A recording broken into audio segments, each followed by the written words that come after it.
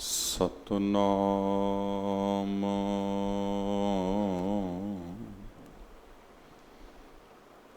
ਵਾਹਿਗੁਰੂ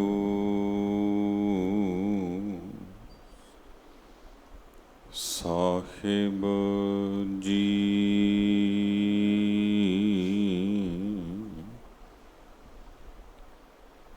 ਇੱਕ ਓੰਕਾਰ ਸਤਨਾਮ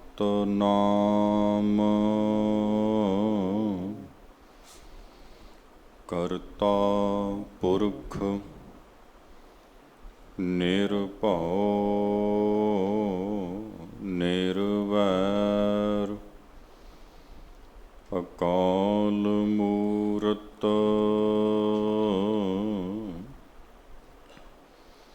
ਅਜੂਨੀ ਸੈਭੰ ਗੁਰ ਪ੍ਰਸਾਦ।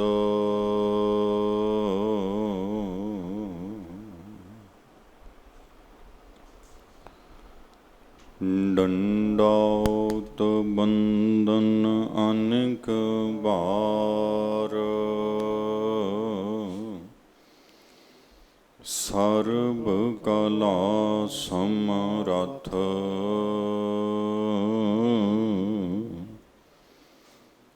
ਡੋਲਣ ਤੇ ਰਾਖੋ ਪ੍ਰਭੂ ਨਾਨਕ ਦੇ ਕਰ ਹੱਥ।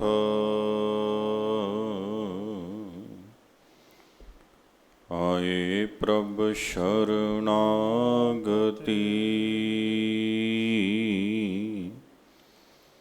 ਕਿਰਪਾ ਨਿਧ ਦਇਆਲ।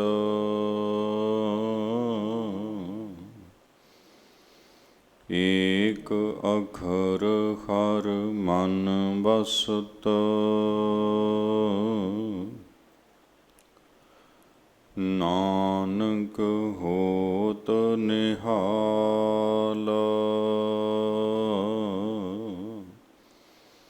ਸਗਲ ਦਵਾਰ ਕਉ ਛਾੜ ਕੈ ਗਹਿਓ ਤੁਹਾਰੋ ਦਵਾਰ। ਬਾਹ ਗਹੇ ਕੀ ਲਾਜ ਅਸ ਗੋਬਿੰਦ ਦਾਸ ਤੁਹਾਰ। ਬਾਹ ਗਹੇ ਕੀ ਲਾਜ ਅਸ ਗੋਬਿੰਦ ਦਾਸ ਤੁਹਾਰ।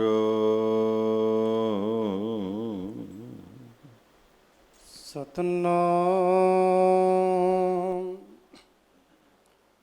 ਸ੍ਰੀ ਵਾਹਿਗੁਰੂ ਸਾਹਿਬ ਜੀਓ।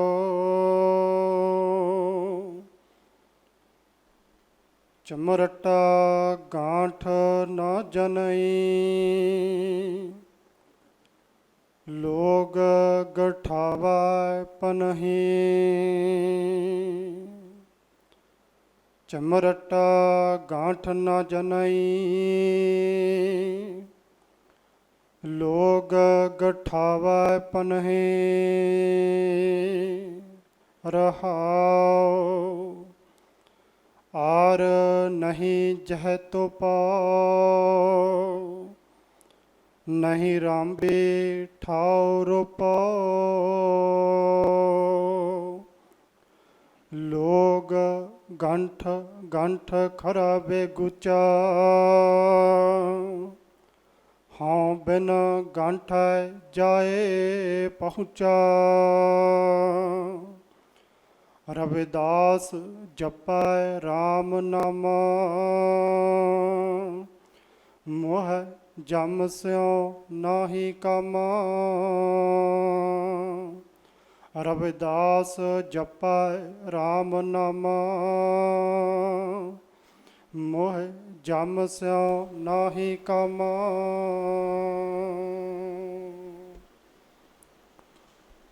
ਪਰਮ ਸਨਮਾਨਯੋਗ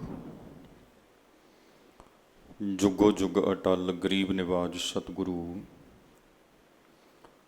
ਗੁਣੀ ਨਿਧਾਨ ਸੱਚੇ ਪਾਤਸ਼ਾਹ ਧੰਨ ਧੰਨ ਧੰਨ ਸ਼੍ਰੀ ਗੁਰੂ ਗ੍ਰੰਥ ਸਾਹਿਬ ਜੀ ਮਹਾਰਾਜ ਦੀ ਪਾਵਨ ਅਤੇ ਪਵਿੱਤਰ ਹਜ਼ੂਰੀ ਦੇ ਅੰਦਰ ਬਹੁਤ ਹੀ ਅਦਬ ਅਤੇ ਇਕਾਗਰਤਾ ਸਹਿਤ ਸਜ ਬੈਠੀ ਸਨਮਾਨਯੋਗ ਸਾਧ ਸੰਗਤ ਜੀਓ, ਗੁਰੂ ਬਖਸ਼ੀ ਫਤਿਹ ਪ੍ਰਵਾਨ ਕਰਨੀ ਜੀ। ਵਾਹਿਗੁਰੂ ਜੀ ਕਾ ਖਾਲਸਾ, ਵਾਹਿਗੁਰੂ ਜੀ ਕੀ ਫਤਿਹ। ਹਰ ਰੋਜ਼ ਦੀ ਤਰ੍ਹਾਂ ਸ਼ਾਮ ਦੇ ਦੀਵਾਨ ਵਿੱਚ ਆਪਾਂ ਸ਼੍ਰੀ ਗੁਰੂ ਗ੍ਰੰਥ ਸਾਹਿਬ ਜੀ ਦੀ ਪਾਵਨ ਪਵਿੱਤਰ ਹਜ਼ੂਰੀ ਦੇ ਅੰਦਰ ਗੁਰੂ ਸਾਹਿਬ ਜੀ ਦੇ ਪਾਵਨ ਦਰਬਾਰ ਸਾਹਿਬ ਦੇ ਅੰਦਰ ਸੰਗਤੀ ਰੂਪ ਦੇ ਵਿੱਚ ਇਕੱਤਰ ਹੋਏ ਹਾਂ ਤੇ ਸ਼ਾਮ ਦੇ ਦੀਵਾਨ ਦੇ ਵਿੱਚ ਪਿਛਲੇ ਕਾਫੀ ਸਮੇਂ ਤੋਂ ਆਪਾਂ ਭਗਤ ਬਾਣੀ ਜੋ ਸ਼੍ਰੀ ਗੁਰੂ ਗ੍ਰੰਥ ਸਾਹਿਬ ਜੀ ਮਹਾਰਾਜ ਵਿੱਚੋਂ ਪ੍ਰਾਪਤ ਹੁੰਦੀ ਹੈ ਉਸ ਦੀ ਵਿਚਾਰ ਆਪਾਂ ਰਲ ਮਿਲ ਕੇ ਇੱਕ ਲੜੀ ਦੇ ਤਹਿਤ ਆਪਸ ਵਿੱਚ ਸਾਂਝੀ ਕਰਦੇ ਆ ਰਹੇ ਹਾਂ। ਪ੍ਰਕਰਨ ਜੋ ਚੱਲ ਰਿਹਾ ਹੈ ਸੋਰਠ ਰਾਗ ਦੇ ਵਿੱਚੋਂ ਬਾਬਾ ਰਵਿਦਾਸ ਜੀ ਦੇ ਸ਼ਬਦ ਹਨ। ਭਗਤ ਸ਼੍ਰੀਮਾਨ ਬਾਬਾ ਰਵਿਦਾਸ ਜੀ, ਉਹਨਾਂ ਦਾ ਪਾਵਨ ਸ਼ਬਦ ਜੋ ਕੱਲ੍ਹ ਦੇ ਦੀਵਾਨ ਵਿੱਚ ਆਪਾਂ ਸਾਂਝਾ ਕੀਤਾ ਸੀ। ਜਲ ਕੀ ਭੀਤ ਪਵਨ ਕਾ ਥੰਬਾ ਰਕਤ ਬੁੰਦ ਕਾ ਗਾਰਾ, ਹਾਡ ਮਾਸ ਨਾੜੀ ਕੋ ਪਿੰਜਰ ਪੰਖੀ ਬਸੈ ਵਿਚਾਰਾ, ਪ੍ਰਾਣੀ ਕਿਆ ਮੇਰਾ ਕਿਆ ਤੇਰਾ ਜੈਸੇ ਤਰਬਰ ਪੰਖ ਵਸੇਰਾ। ਆਪਾਂ ਇਹ ਜਾਣਿਆ ਸੀ, ਬਾਣੀ ਦੇ ਵਿੱਚੋਂ ਆਪਾਂ ਇਹ ਸਮਝਣ ਦੀ ਕੋਸ਼ਿਸ਼ ਕੀਤੀ ਸੀ ਕਿਉਂਕਿ ਸਾਧ ਸੰਗਤ ਸਤਿਗੁਰ ਜੀ ਦੀ ਪਾਵਨ ਬਾਣੀ ਬੜੀ ਅਗੰਮ ਅਗਾਧ ਹੈ। ਭਗਤ ਜੀ ਦਾ ਜੀਵਨ ਬਹੁਤ ਹੀ ਜ਼ਿਆਦਾ ਉੱਚਾ ਹੈ ਤੇ ਆਪਾਂ ਜਿੰਨੀ ਕੁ ਸੋਝੀ ਉਹਦੇ ਮੁਤਾਬਕ ਪਾਵਨ ਬਾਣੀ ਦੀ ਵਿਚਾਰ ਸਮਝਣ ਦੀ ਕੋਸ਼ਿਸ਼ ਕਰਦੇ ਹਾਂ, ਯਤਨ ਕਰਦੇ ਹਾਂ ਤੇ ਆਪਾਂ ਇਹ ਜਾਣਿਆ ਸੀ ਵੀ ਸ਼ਬਦ ਦਾ ਮੁੱਖ ਭਾਵ ਜੋ ਹੈ ਮਨ ਦੇ ਵਿੱਚੋਂ ਮੇਰਾ ਤੇਰਾ ਨੂੰ ਮਿਟਾ ਕੇ ਆਪਣੇ ਮਨ ਦੀ ਅਵਸਥਾ ਪ੍ਰਭੂ ਮਿਲਾਪ ਦੀ ਬਣਾਉਣ ਦਾ ਉਪਦੇਸ਼ ਸ਼ਬਦ ਵਿੱਚੋਂ ਕੀਤਾ ਗਿਆ ਹੈ। ਕਿਉਂਕਿ ਸਾਧ ਸੰਗਤ ਗੁਰਬਾਣੀ ਦਾ ਇੱਕ ਟੀਚਾ ਹੈ, ਸਤਿਗੁਰੂ ਜੀ ਮਨੁੱਖ ਨੂੰ ਇਹ ਨਹੀਂ ਉਪਦੇਸ਼ ਕਰਦੇ ਕਿ ਤੁਸੀਂ ਪ੍ਰਭੂ ਨੂੰ ਫਲਾਣੀ ਥਾਂ ਤੋਂ ਜਾ ਕੇ ਲੱਭੋ, ਫਲਾਣੀ ਥਾਂ ਤੋਂ ਜਾ ਕੇ ਉਸ ਦੀ ਤਲਾਸ਼ ਕਰੋ, ਬਲਕਿ ਸਤਿਗੁਰੂ ਜੀ ਬਾਣੀ ਦੇ ਵਿੱਚੋਂ ਇਹ ਉਪਦੇਸ਼ ਕਰਦੇ ਹਨ ਕਿ ਆਪਣੇ ਮਨ ਨੂੰ ਇੰਨਾ ਕੁ ਪਵਿੱਤਰ ਕਰ ਲਓ, ਇਹ ਮਨ ਪਰਮੇਸ਼ਰ ਦਾ ਰੂਪ ਹੋ ਜਾਵੇ। ਇਸ ਮਨ ਦੇ ਵਿੱਚ ਅਤੇ ਵਾਹਿਗੁਰੂ ਜੀ ਦੀ ਜੋਤ ਵਿੱਚ ਕਿਸੇ ਪ੍ਰਕਾਰ ਦਾ ਕੋਈ ਭੇਦ ਨਾ ਹੋਵੇ। ਹਰ ਜਨ ਐਸਾ ਚਾਹੀਐ ਜੈਸਾ ਹਰ ਹੀ ਹੋਏ। ਪਰਮੇਸ਼ਰ ਦਾ ਸੇਵਕ, ਰੱਬ ਦਾ ਪਿਆਰਾ ਇਵੇਂ ਦਾ ਚਾਹੀਦਾ ਹੈ ਜਿਵੇਂ ਦਾ ਪਰਮੇਸ਼ਰ ਆਪ ਹੈ, ਜਿਵੇਂ ਦਾ ਵਾਹਿਗੁਰੂ ਆਪ ਹੈ। ਸੋ ਇਹ ਸਿਧਾਂਤ ਕਹਿ ਲਈਏ ਜਾਂ ਮੁੱਖ ਵਿਚਾਰ ਕਹਿ ਲਈਏ ਸਤਿਗੁਰਾਂ ਨੇ ਬਾਣੀ 'ਚੋਂ ਬਖਸ਼ੀ। ਇਸੇ ਲਈ ਗੁਰੂ ਜੀ ਨੇ ਬਾਣੀ ਦੇ ਅੰਦਰ ਬੇਅੰਤ ਥਾਵਾਂ ਦੇ ਉੱਪਰ ਪਰਮੇਸ਼ਰ ਦੇ ਸਰੂਪ ਦੀ ਵਿਆਖਿਆ ਕਰਦੇ ਹੋਏ ਇੱਕ ਓਅੰਕਾਰ ਦੇ ਰੂਪ ਦੇ ਵਿੱਚ ਅਕਾਲ ਪੁਰਖ ਵਾਹਿਗੁਰੂ ਜੀ ਦੀ ਅਦਭੁਤ ਹਸਤੀ ਸਾਡੇ ਸਾਹਮਣੇ ਉਸ ਨੂੰ ਰੱਖਣਾ ਕੀਤਾ ਤੇ ਨਾਲ ਹੀ ਇਹ ਦੱਸਣਾ ਕੀਤਾ ਗੁਰੂ ਦੇਵ ਜੀ ਨੇ ਬਈ ਇਹ ਮਹਾਨ ਜੋਤ ਬਾਹਰੋਂ ਨਹੀਂ ਬਲਕਿ ਮਨ ਵਿੱਚੋਂ ਅੰਦਰੋਂ ਪ੍ਰਾਪਤ ਹੋਵੇਗੀ। ਇਸ ਦੀ ਤਲਾਸ਼ ਦੇ ਲਈ ਯਾਤਰਾ ਜਿਹੜੀ ਹੈ ਉਹ ਮਨ ਦੀ ਹੈ ਸਾਧ ਸੰਗਤ। ਸੋ ਮਨ ਨੂੰ ਇੰਨਾ ਕੁ ਪਵਿੱਤਰ ਕਰਨਾ ਹੈ ਜੈਸਾ ਪਰਮੇਸ਼ਰ ਦਾ ਸਰੂਪ ਹੈ। ਮਨ ਨਿਰਮਲ ਭਇਆ ਜੈਸਾ ਗੰਗਾ ਨੀਰ, ਪਾਛਾ ਲਾਗੋ ਘਰ ਫਿਰੈ ਕਹਿਤ ਕਬੀਰ। ਕਬੀਰ ਮਨ ਨੂੰ ਨਿਰਮਲ ਕਰਨ ਦੀ ਗੱਲ ਹੈ ਸਾਧ ਸੰਗਤ। ਅਤੇ ਇਹ ਨਿਰਮਲ ਤਦ ਹੋਵੇਗਾ ਜਦ ਇਹਦੇ ਵਿੱਚੋਂ ਮੇਰਾ ਤੇਰਾ, ਜਦ ਇਹਦੇ ਵਿੱਚੋਂ ਵੰਡੀਆਂ ਵਿਤਕਰੇ ਉਹ ਮਿਟਣਗੇ, ਖਤਮ ਹੋਣਗੇ। ਸੋ ਉਹ ਆਪ ਜੀ ਨੇ ਸਮਝਾਇਆ ਸੀ ਕੱਲ੍ਹ ਬਈ ਕਿਵੇਂ ਕਿਵੇਂ ਵੰਡੀਆਂ ਵਿਤਕਰੇ ਮਨੁੱਖ ਦੇ ਮਨ ਵਿੱਚ ਉਹ ਲੀਕੇ ਜਾਂਦੇ ਨੇ, ਅਤੇ ਉਹਨਾਂ ਨੂੰ ਖਤਮ ਕਰਕੇ ਅਸੀਂ ਆਪਣੇ ਇਸ ਨਿੱਕੇ ਜਿਹੇ ਮਨ ਨੂੰ ਪਰਮ ਜੋਤ ਵਿੱਚ ਅਭੇਦ ਕਰਕੇ ਉਸ ਦੇ ਸਰੂਪ ਦੇ ਮਿਲਾਪ ਦਾ ਆਨੰਦ ਆਪਣੇ ਇਸ ਜੀਵਨ ਵਿੱਚ ਮਾਣ ਸਕਦੇ ਹਾਂ। ਅਤੇ ਇਹ ਵੀ ਸਾਧ ਸੰਗਤ ਗੁਰਬਾਣੀ ਦਾ ਫੁਰਮਾਨ ਹੈ ਕਿ ਐਸੀ ਮਹਾਨ ਪ੍ਰਾਪਤੀ ਦੇ ਲਈ ਕੁਦਰਤ ਦੀਆਂ ਵੱਖ-ਵੱਖ ਜੂਨਾਂ ਵਿੱਚੋਂ ਇੱਕੋ ਹੀ ਜੂਨ ਹੈ, ਉਹ ਹੈ ਮਨੁੱਖਾ ਜੂਨ। ਮਨੁੱਖਾ ਜੂਨ ਦਾ ਇਹ ਅਨਮੋਲ ਸਮਾਂ, ਜਿਸ ਸਮੇਂ ਆਪਾਂ ਪ੍ਰਭੂ ਮਿਲਾਪ ਦੇ ਆਨੰਦ ਨੂੰ ਮਾਣ ਸਕਦੇ ਹਾਂ, ਉਸ ਦੀ ਪ੍ਰਾਪਤੀ ਨੂੰ ਹਾਸਲ ਕਰ ਸਕਦੇ ਹਾਂ।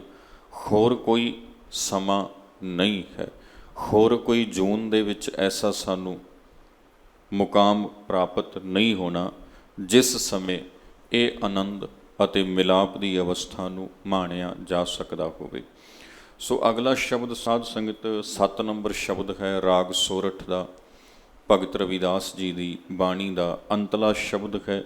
ਇਸ ਤੋਂ ਅੱਗੇ ਭਗਤ ਭੀਖਨ ਜੀ ਦੀ ਬਾਣੀ ਆਰੰਭ ਹੋ ਜਾਂਦੀ ਹੈ।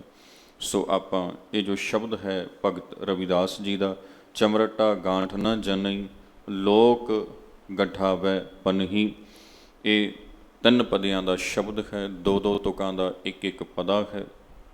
ਇਸ ਦੀ ਵਿਚਾਰ ਨਾਲ ਜੁੜਨ ਦੀ ਕੋਸ਼ਿਸ਼ ਕਰਦੇ ਹਾਂ। ਮਨ ਬਿਰਤੀਆਂ ਨੂੰ ਏਕਾਗਰ ਕਰਦੇ ਹੋਏ ਰਸਨਾ ਕਰੀਏ ਪਵਿੱਤਰ। ਇੱਕ ਦਫਾ ਸਾਰੀ ਸੰਗਤ ਉਚਾਰਨ ਕਰੋ ਜੀ, ਸਤਨਾਮ ਵਾਹਿਗੁਰੂ ਜੀ। ਚਮਰਟਾ ਗਾਂਠ ਨਾ ਜਨਾਈ ਲੋਗ ਗਠਾਵੈ ਪਨਹੇ ਰਹਾਉ। ਇਹ ਰਹਾਉ ਦਾ ਪਦਾ ਹੈ, ਪਹਿਲਾ ਪਦਾ ਹੈ ਸ਼ਬਦ ਦਾ। ਇਸ ਪਦੇ ਵਿੱਚ ਬਾਬਾ ਰਵਿਦਾਸ ਜੀ ਮਹਾਰਾਜ ਨੇ ਆਪਣਾ ਮੁੱਖ ਭਾਵ ਦਿੰਦੇ ਹੋਏ ਕਿਰਪਾ ਕੀਤੀ। ਕਹਿੰਦੇ ਚਮਰਟਾ ਗਾਂਠ ਨਾ ਜਨਈ ਲੋਕ ਗਠਾਵੈ ਪਨਹੀ। ਬਾਬਾ ਰਵਿਦਾਸ ਜੀ ਮਹਾਰਾਜ ਨਾ ਕਈ ਵਾਰੀ ਬੜੀਆਂ ਕਮਾਲ ਦੀਆਂ ਉਦਾਹਰਨਾਂ ਦੇ ਦਿੰਦੇ ਨੇ ਸਾਧ ਸੰਗਤ। ਹੁਣ ਇੱਥੋਂ ਮਹਾਰਾਜ ਜੀ ਕਹਿਣ ਲੱਗੇ ਚਮਰਟਾ ਗਾਂਠ ਨਾ ਜਨਈ, ਕਹਿੰਦੇ ਭਾਈ ਉਹ ਗੰਢਾਂ ਦੇਣੀਆਂ ਮੈਨੂੰ ਨਹੀਂ ਆਉਂਦੀਆਂ ਜਿਹੜੀਆਂ ਗੰਢਾਂ ਦਬਾਉਣ ਦੇ ਲਈ ਲੋਕੀ ਤੁਰੇ ਫਿਰਦੇ ਨੇ। ਹੁਣ ਬਾਬਾ ਰਵਿਦਾਸ ਜੀ ਦੀ ਕਿਰਤ ਕੀ ਸੀ ਜੀ? ਉਹਨਾਂ ਦੀ ਕਿਰਤ ਸੀ ਜੁੱਤੀਆਂ ਗੰਢਣਾ, ਉਹਨਾਂ ਦੀ ਕਿਰਤ ਸੀ ਚਮੜੇ ਦਾ ਕੰਮ ਕਰਨਾ। ਅਤੇ ਤੁਸੀਂ ਕਮਾਲ ਦੀ ਗੱਲ ਵੇਖੋ ਸਾਧ ਸੰਗਤ, ਕੱਲ੍ਹ ਦੇ ਦੀਵਾਨ ਵਿੱਚ ਆਪਾਂ ਸਮਾਪਤੀ ਮੌਕੇ ਕਿਰਤ ਦੀ ਗੱਲ ਕੀਤੀ ਸੀ। ਮਹਾਰਾਜ ਬਾਬਾ ਰਵਿਦਾਸ ਜੀ ਨੇ ਕਿਸੇ ਵੀ ਥਾਂ ਦੇ ਉੱਪਰ ਆਪਣੀ ਕਿਰਤ ਨਾਲ ਨਫ਼ਰਤ ਨਹੀਂ ਕੀਤੀ। ਉਹਨਾਂ ਨੇ ਆਪਣੀ ਕਿਰਤ ਨੂੰ ਲੁਕਾਉਣ ਦੀ ਕੋਸ਼ਿਸ਼ ਨਹੀਂ ਕੀਤੀ। ਭਾਵੇਂ ਕਿ ਭਗਤ ਬਾਬਾ ਰਵਿਦਾਸ ਜੀ ਦਾ ਜੋ ਸਮਾਜ ਸੀ ਆਲੇ ਦੁਆਲੇ ਦਾ ਉਸ ਵੇਲੇ ਦਾ, ਉਹ ਸਮਾਜ ਚਮੜੇ ਦੇ ਕੰਮ ਨੂੰ, ਪਸ਼ੂਆਂ ਦੀ ਖੱਲ ਉਤਾਰਨ ਦੇ ਕੰਮ ਨੂੰ, ਜਾਂ ਫਿਰ ਮ੍ਰਿਤਕ ਪਸ਼ੂਆਂ ਦੀ ਢੋਆ ਢੁਆਈ ਦੇ ਕੰਮ ਨੂੰ, ਜਾਂ ਫਿਰ ਜੁੱਤੀਆਂ ਗੰਢਣ ਦੇ ਕੰਮ ਨੂੰ ਕੋਈ ਬਹੁਤਾ ਸਤਿਕਾਰਤ ਕੰਮ ਨਹੀਂ ਸੀ ਸਮਝਦਾ। ਕੱਲ੍ਹ ਆਪਾਂ ਗੱਲ ਕੀਤੀ ਸੀ ਕਿਰਤ ਸਤਿਕਾਰ, ਹੈ ਨਾ, ਕਿਰਤ ਦਾ ਸਤਿਕਾਰ। ਪਰ ਉਹਨਾਂ ਦਾ ਆਲਾ ਦੁਆਲਾ ਉਸ ਕੰਮ ਨੂੰ ਚੰਗਾ ਨਹੀਂ ਸੀ ਸਮਝਦਾ। ਹੁਣ ਭਗਤ ਰਵਿਦਾਸ ਜੀ ਮਹਾਰਾਜ ਕਰਦੇ ਨੇ, ਉਹਨਾਂ ਨੇ ਬਾਣੀ 'ਚ ਵੀ ਇਹ ਲਿਖਣਾ ਕੀਤਾ।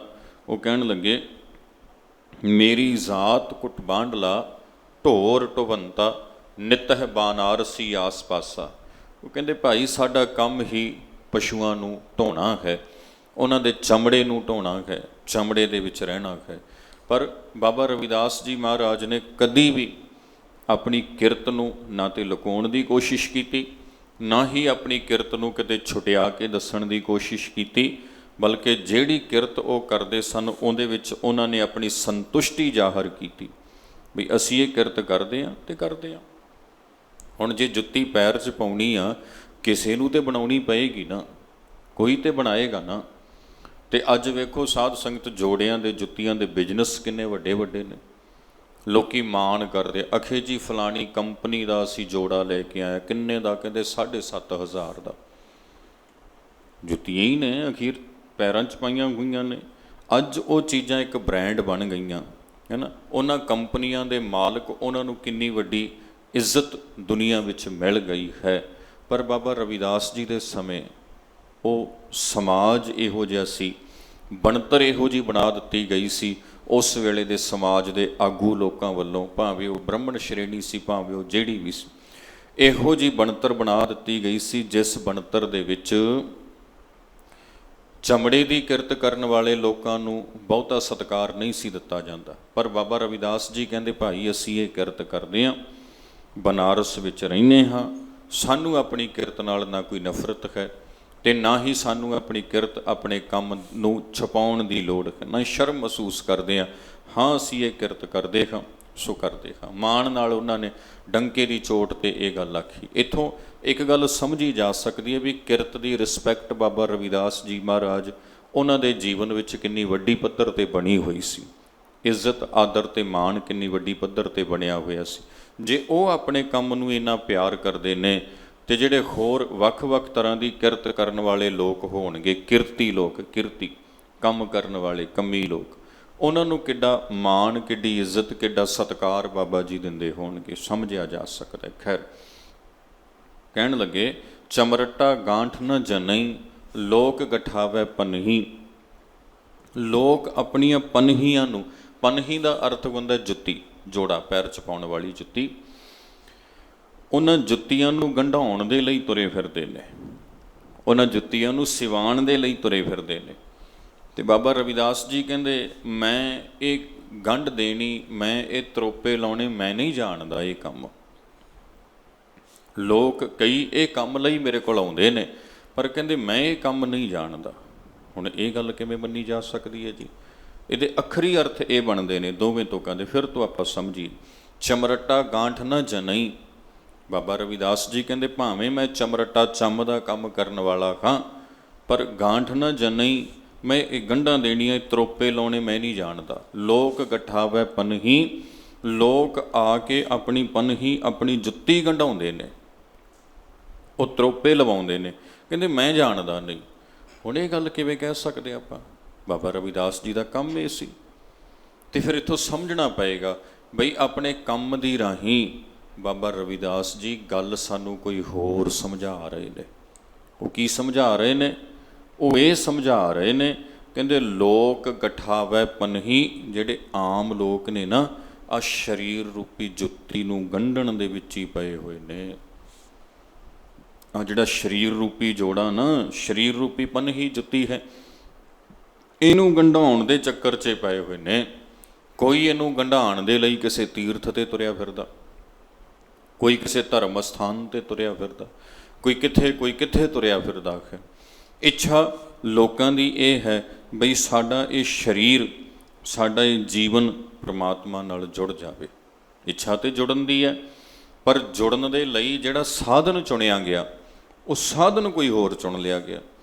ਤੇ ਬਾਬਾ ਰਵਿਦਾਸ ਜੀ ਕਹਿੰਦੇ ਕਈ ਲੋਕ ਇਸੇ ਇੱਛਾ ਨਾਲ ਸਾਡੇ ਕੋਲ ਆਉਂਦੇ ਨੇ, ਇਸੇ ਹੀ ਇੱਛਾ ਨਾਲ ਕਈ ਲੋਕ ਸਾਡੇ ਕੋਲ ਆਉਂਦੇ ਨੇ ਵੀ ਰਵਿਦਾਸ ਜੀ ਮਹਾਰਾਜ ਦੀ ਬੜੀ ਸ਼ੋਭਾ ਸੁਣੀ ਹੈ, ਬੜੀ ਉਸਤਤ ਸੁਣੀ ਹੈ, ਚਲੋ ਆਪਾਂ ਉਹਨਾਂ ਕੋਲ ਚੱਲੀਏ, ਉਹ ਆਪਾਂ ਨੂੰ ਕੋਈ ਜੁਗਤ ਦੱਸਣਗੇ, ਉਹ ਆਪਾਂ ਨੂੰ ਕੋਈ ਤਰੀਕਾ ਦੱਸਣਗੇ, ਹੈ ਨਾ।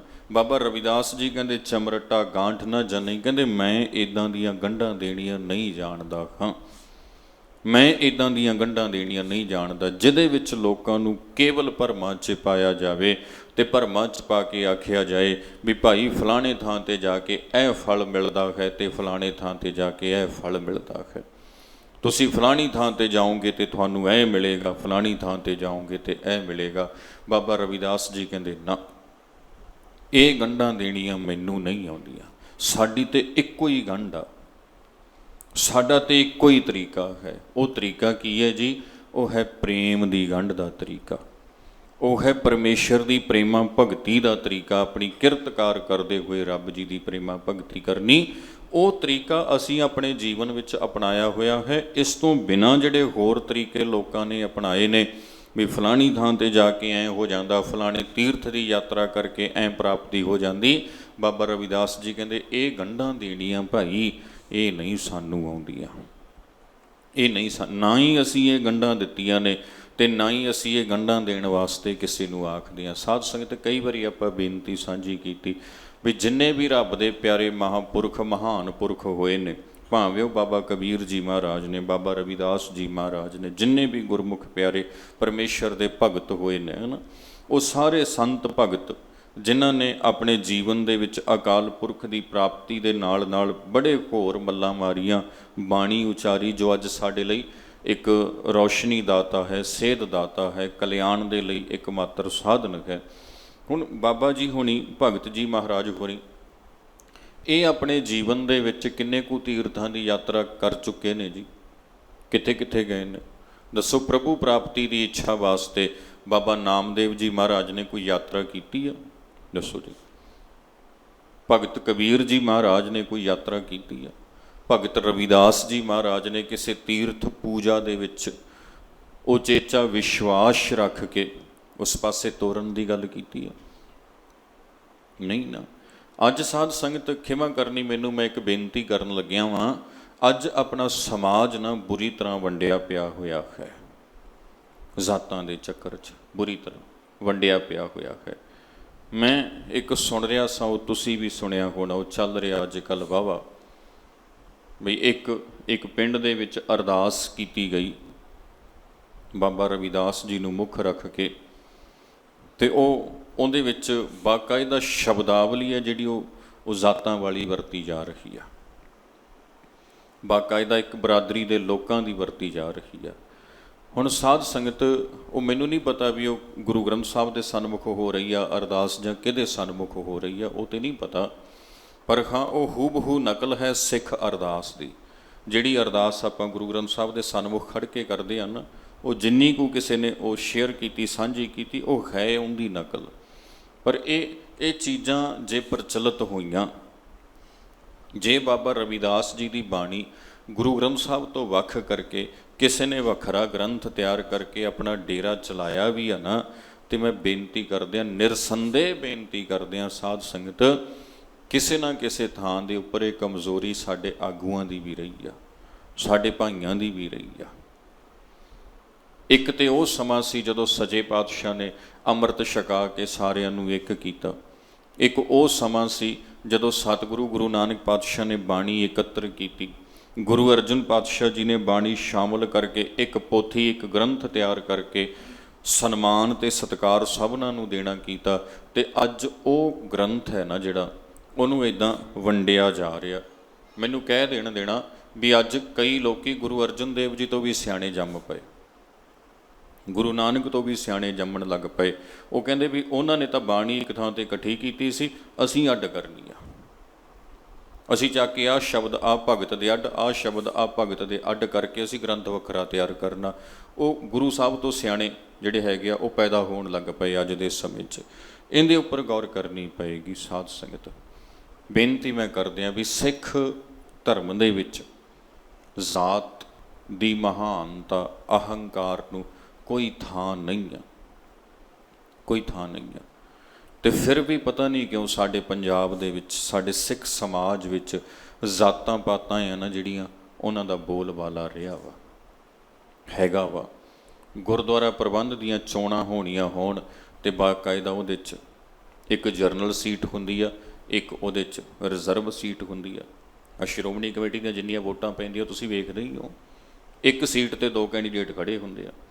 ਇੱਕ ਜਰਨਲ ਕੋਟੇ ਦਾ ਹੁੰਦਾ ਉੱਚੀ ਜ਼ਾਤ ਦਾ, ਤੇ ਇੱਕ ਰਿਜ਼ਰਵ ਕੋਟਾ ਹੁੰਦਾ ਉਹਨਾਂ ਨੇ ਰੱਖਿਆ ਹੋਇਆ ਪਛੜੀਆਂ ਸ਼੍ਰੇਣੀਆਂ ਲਈ।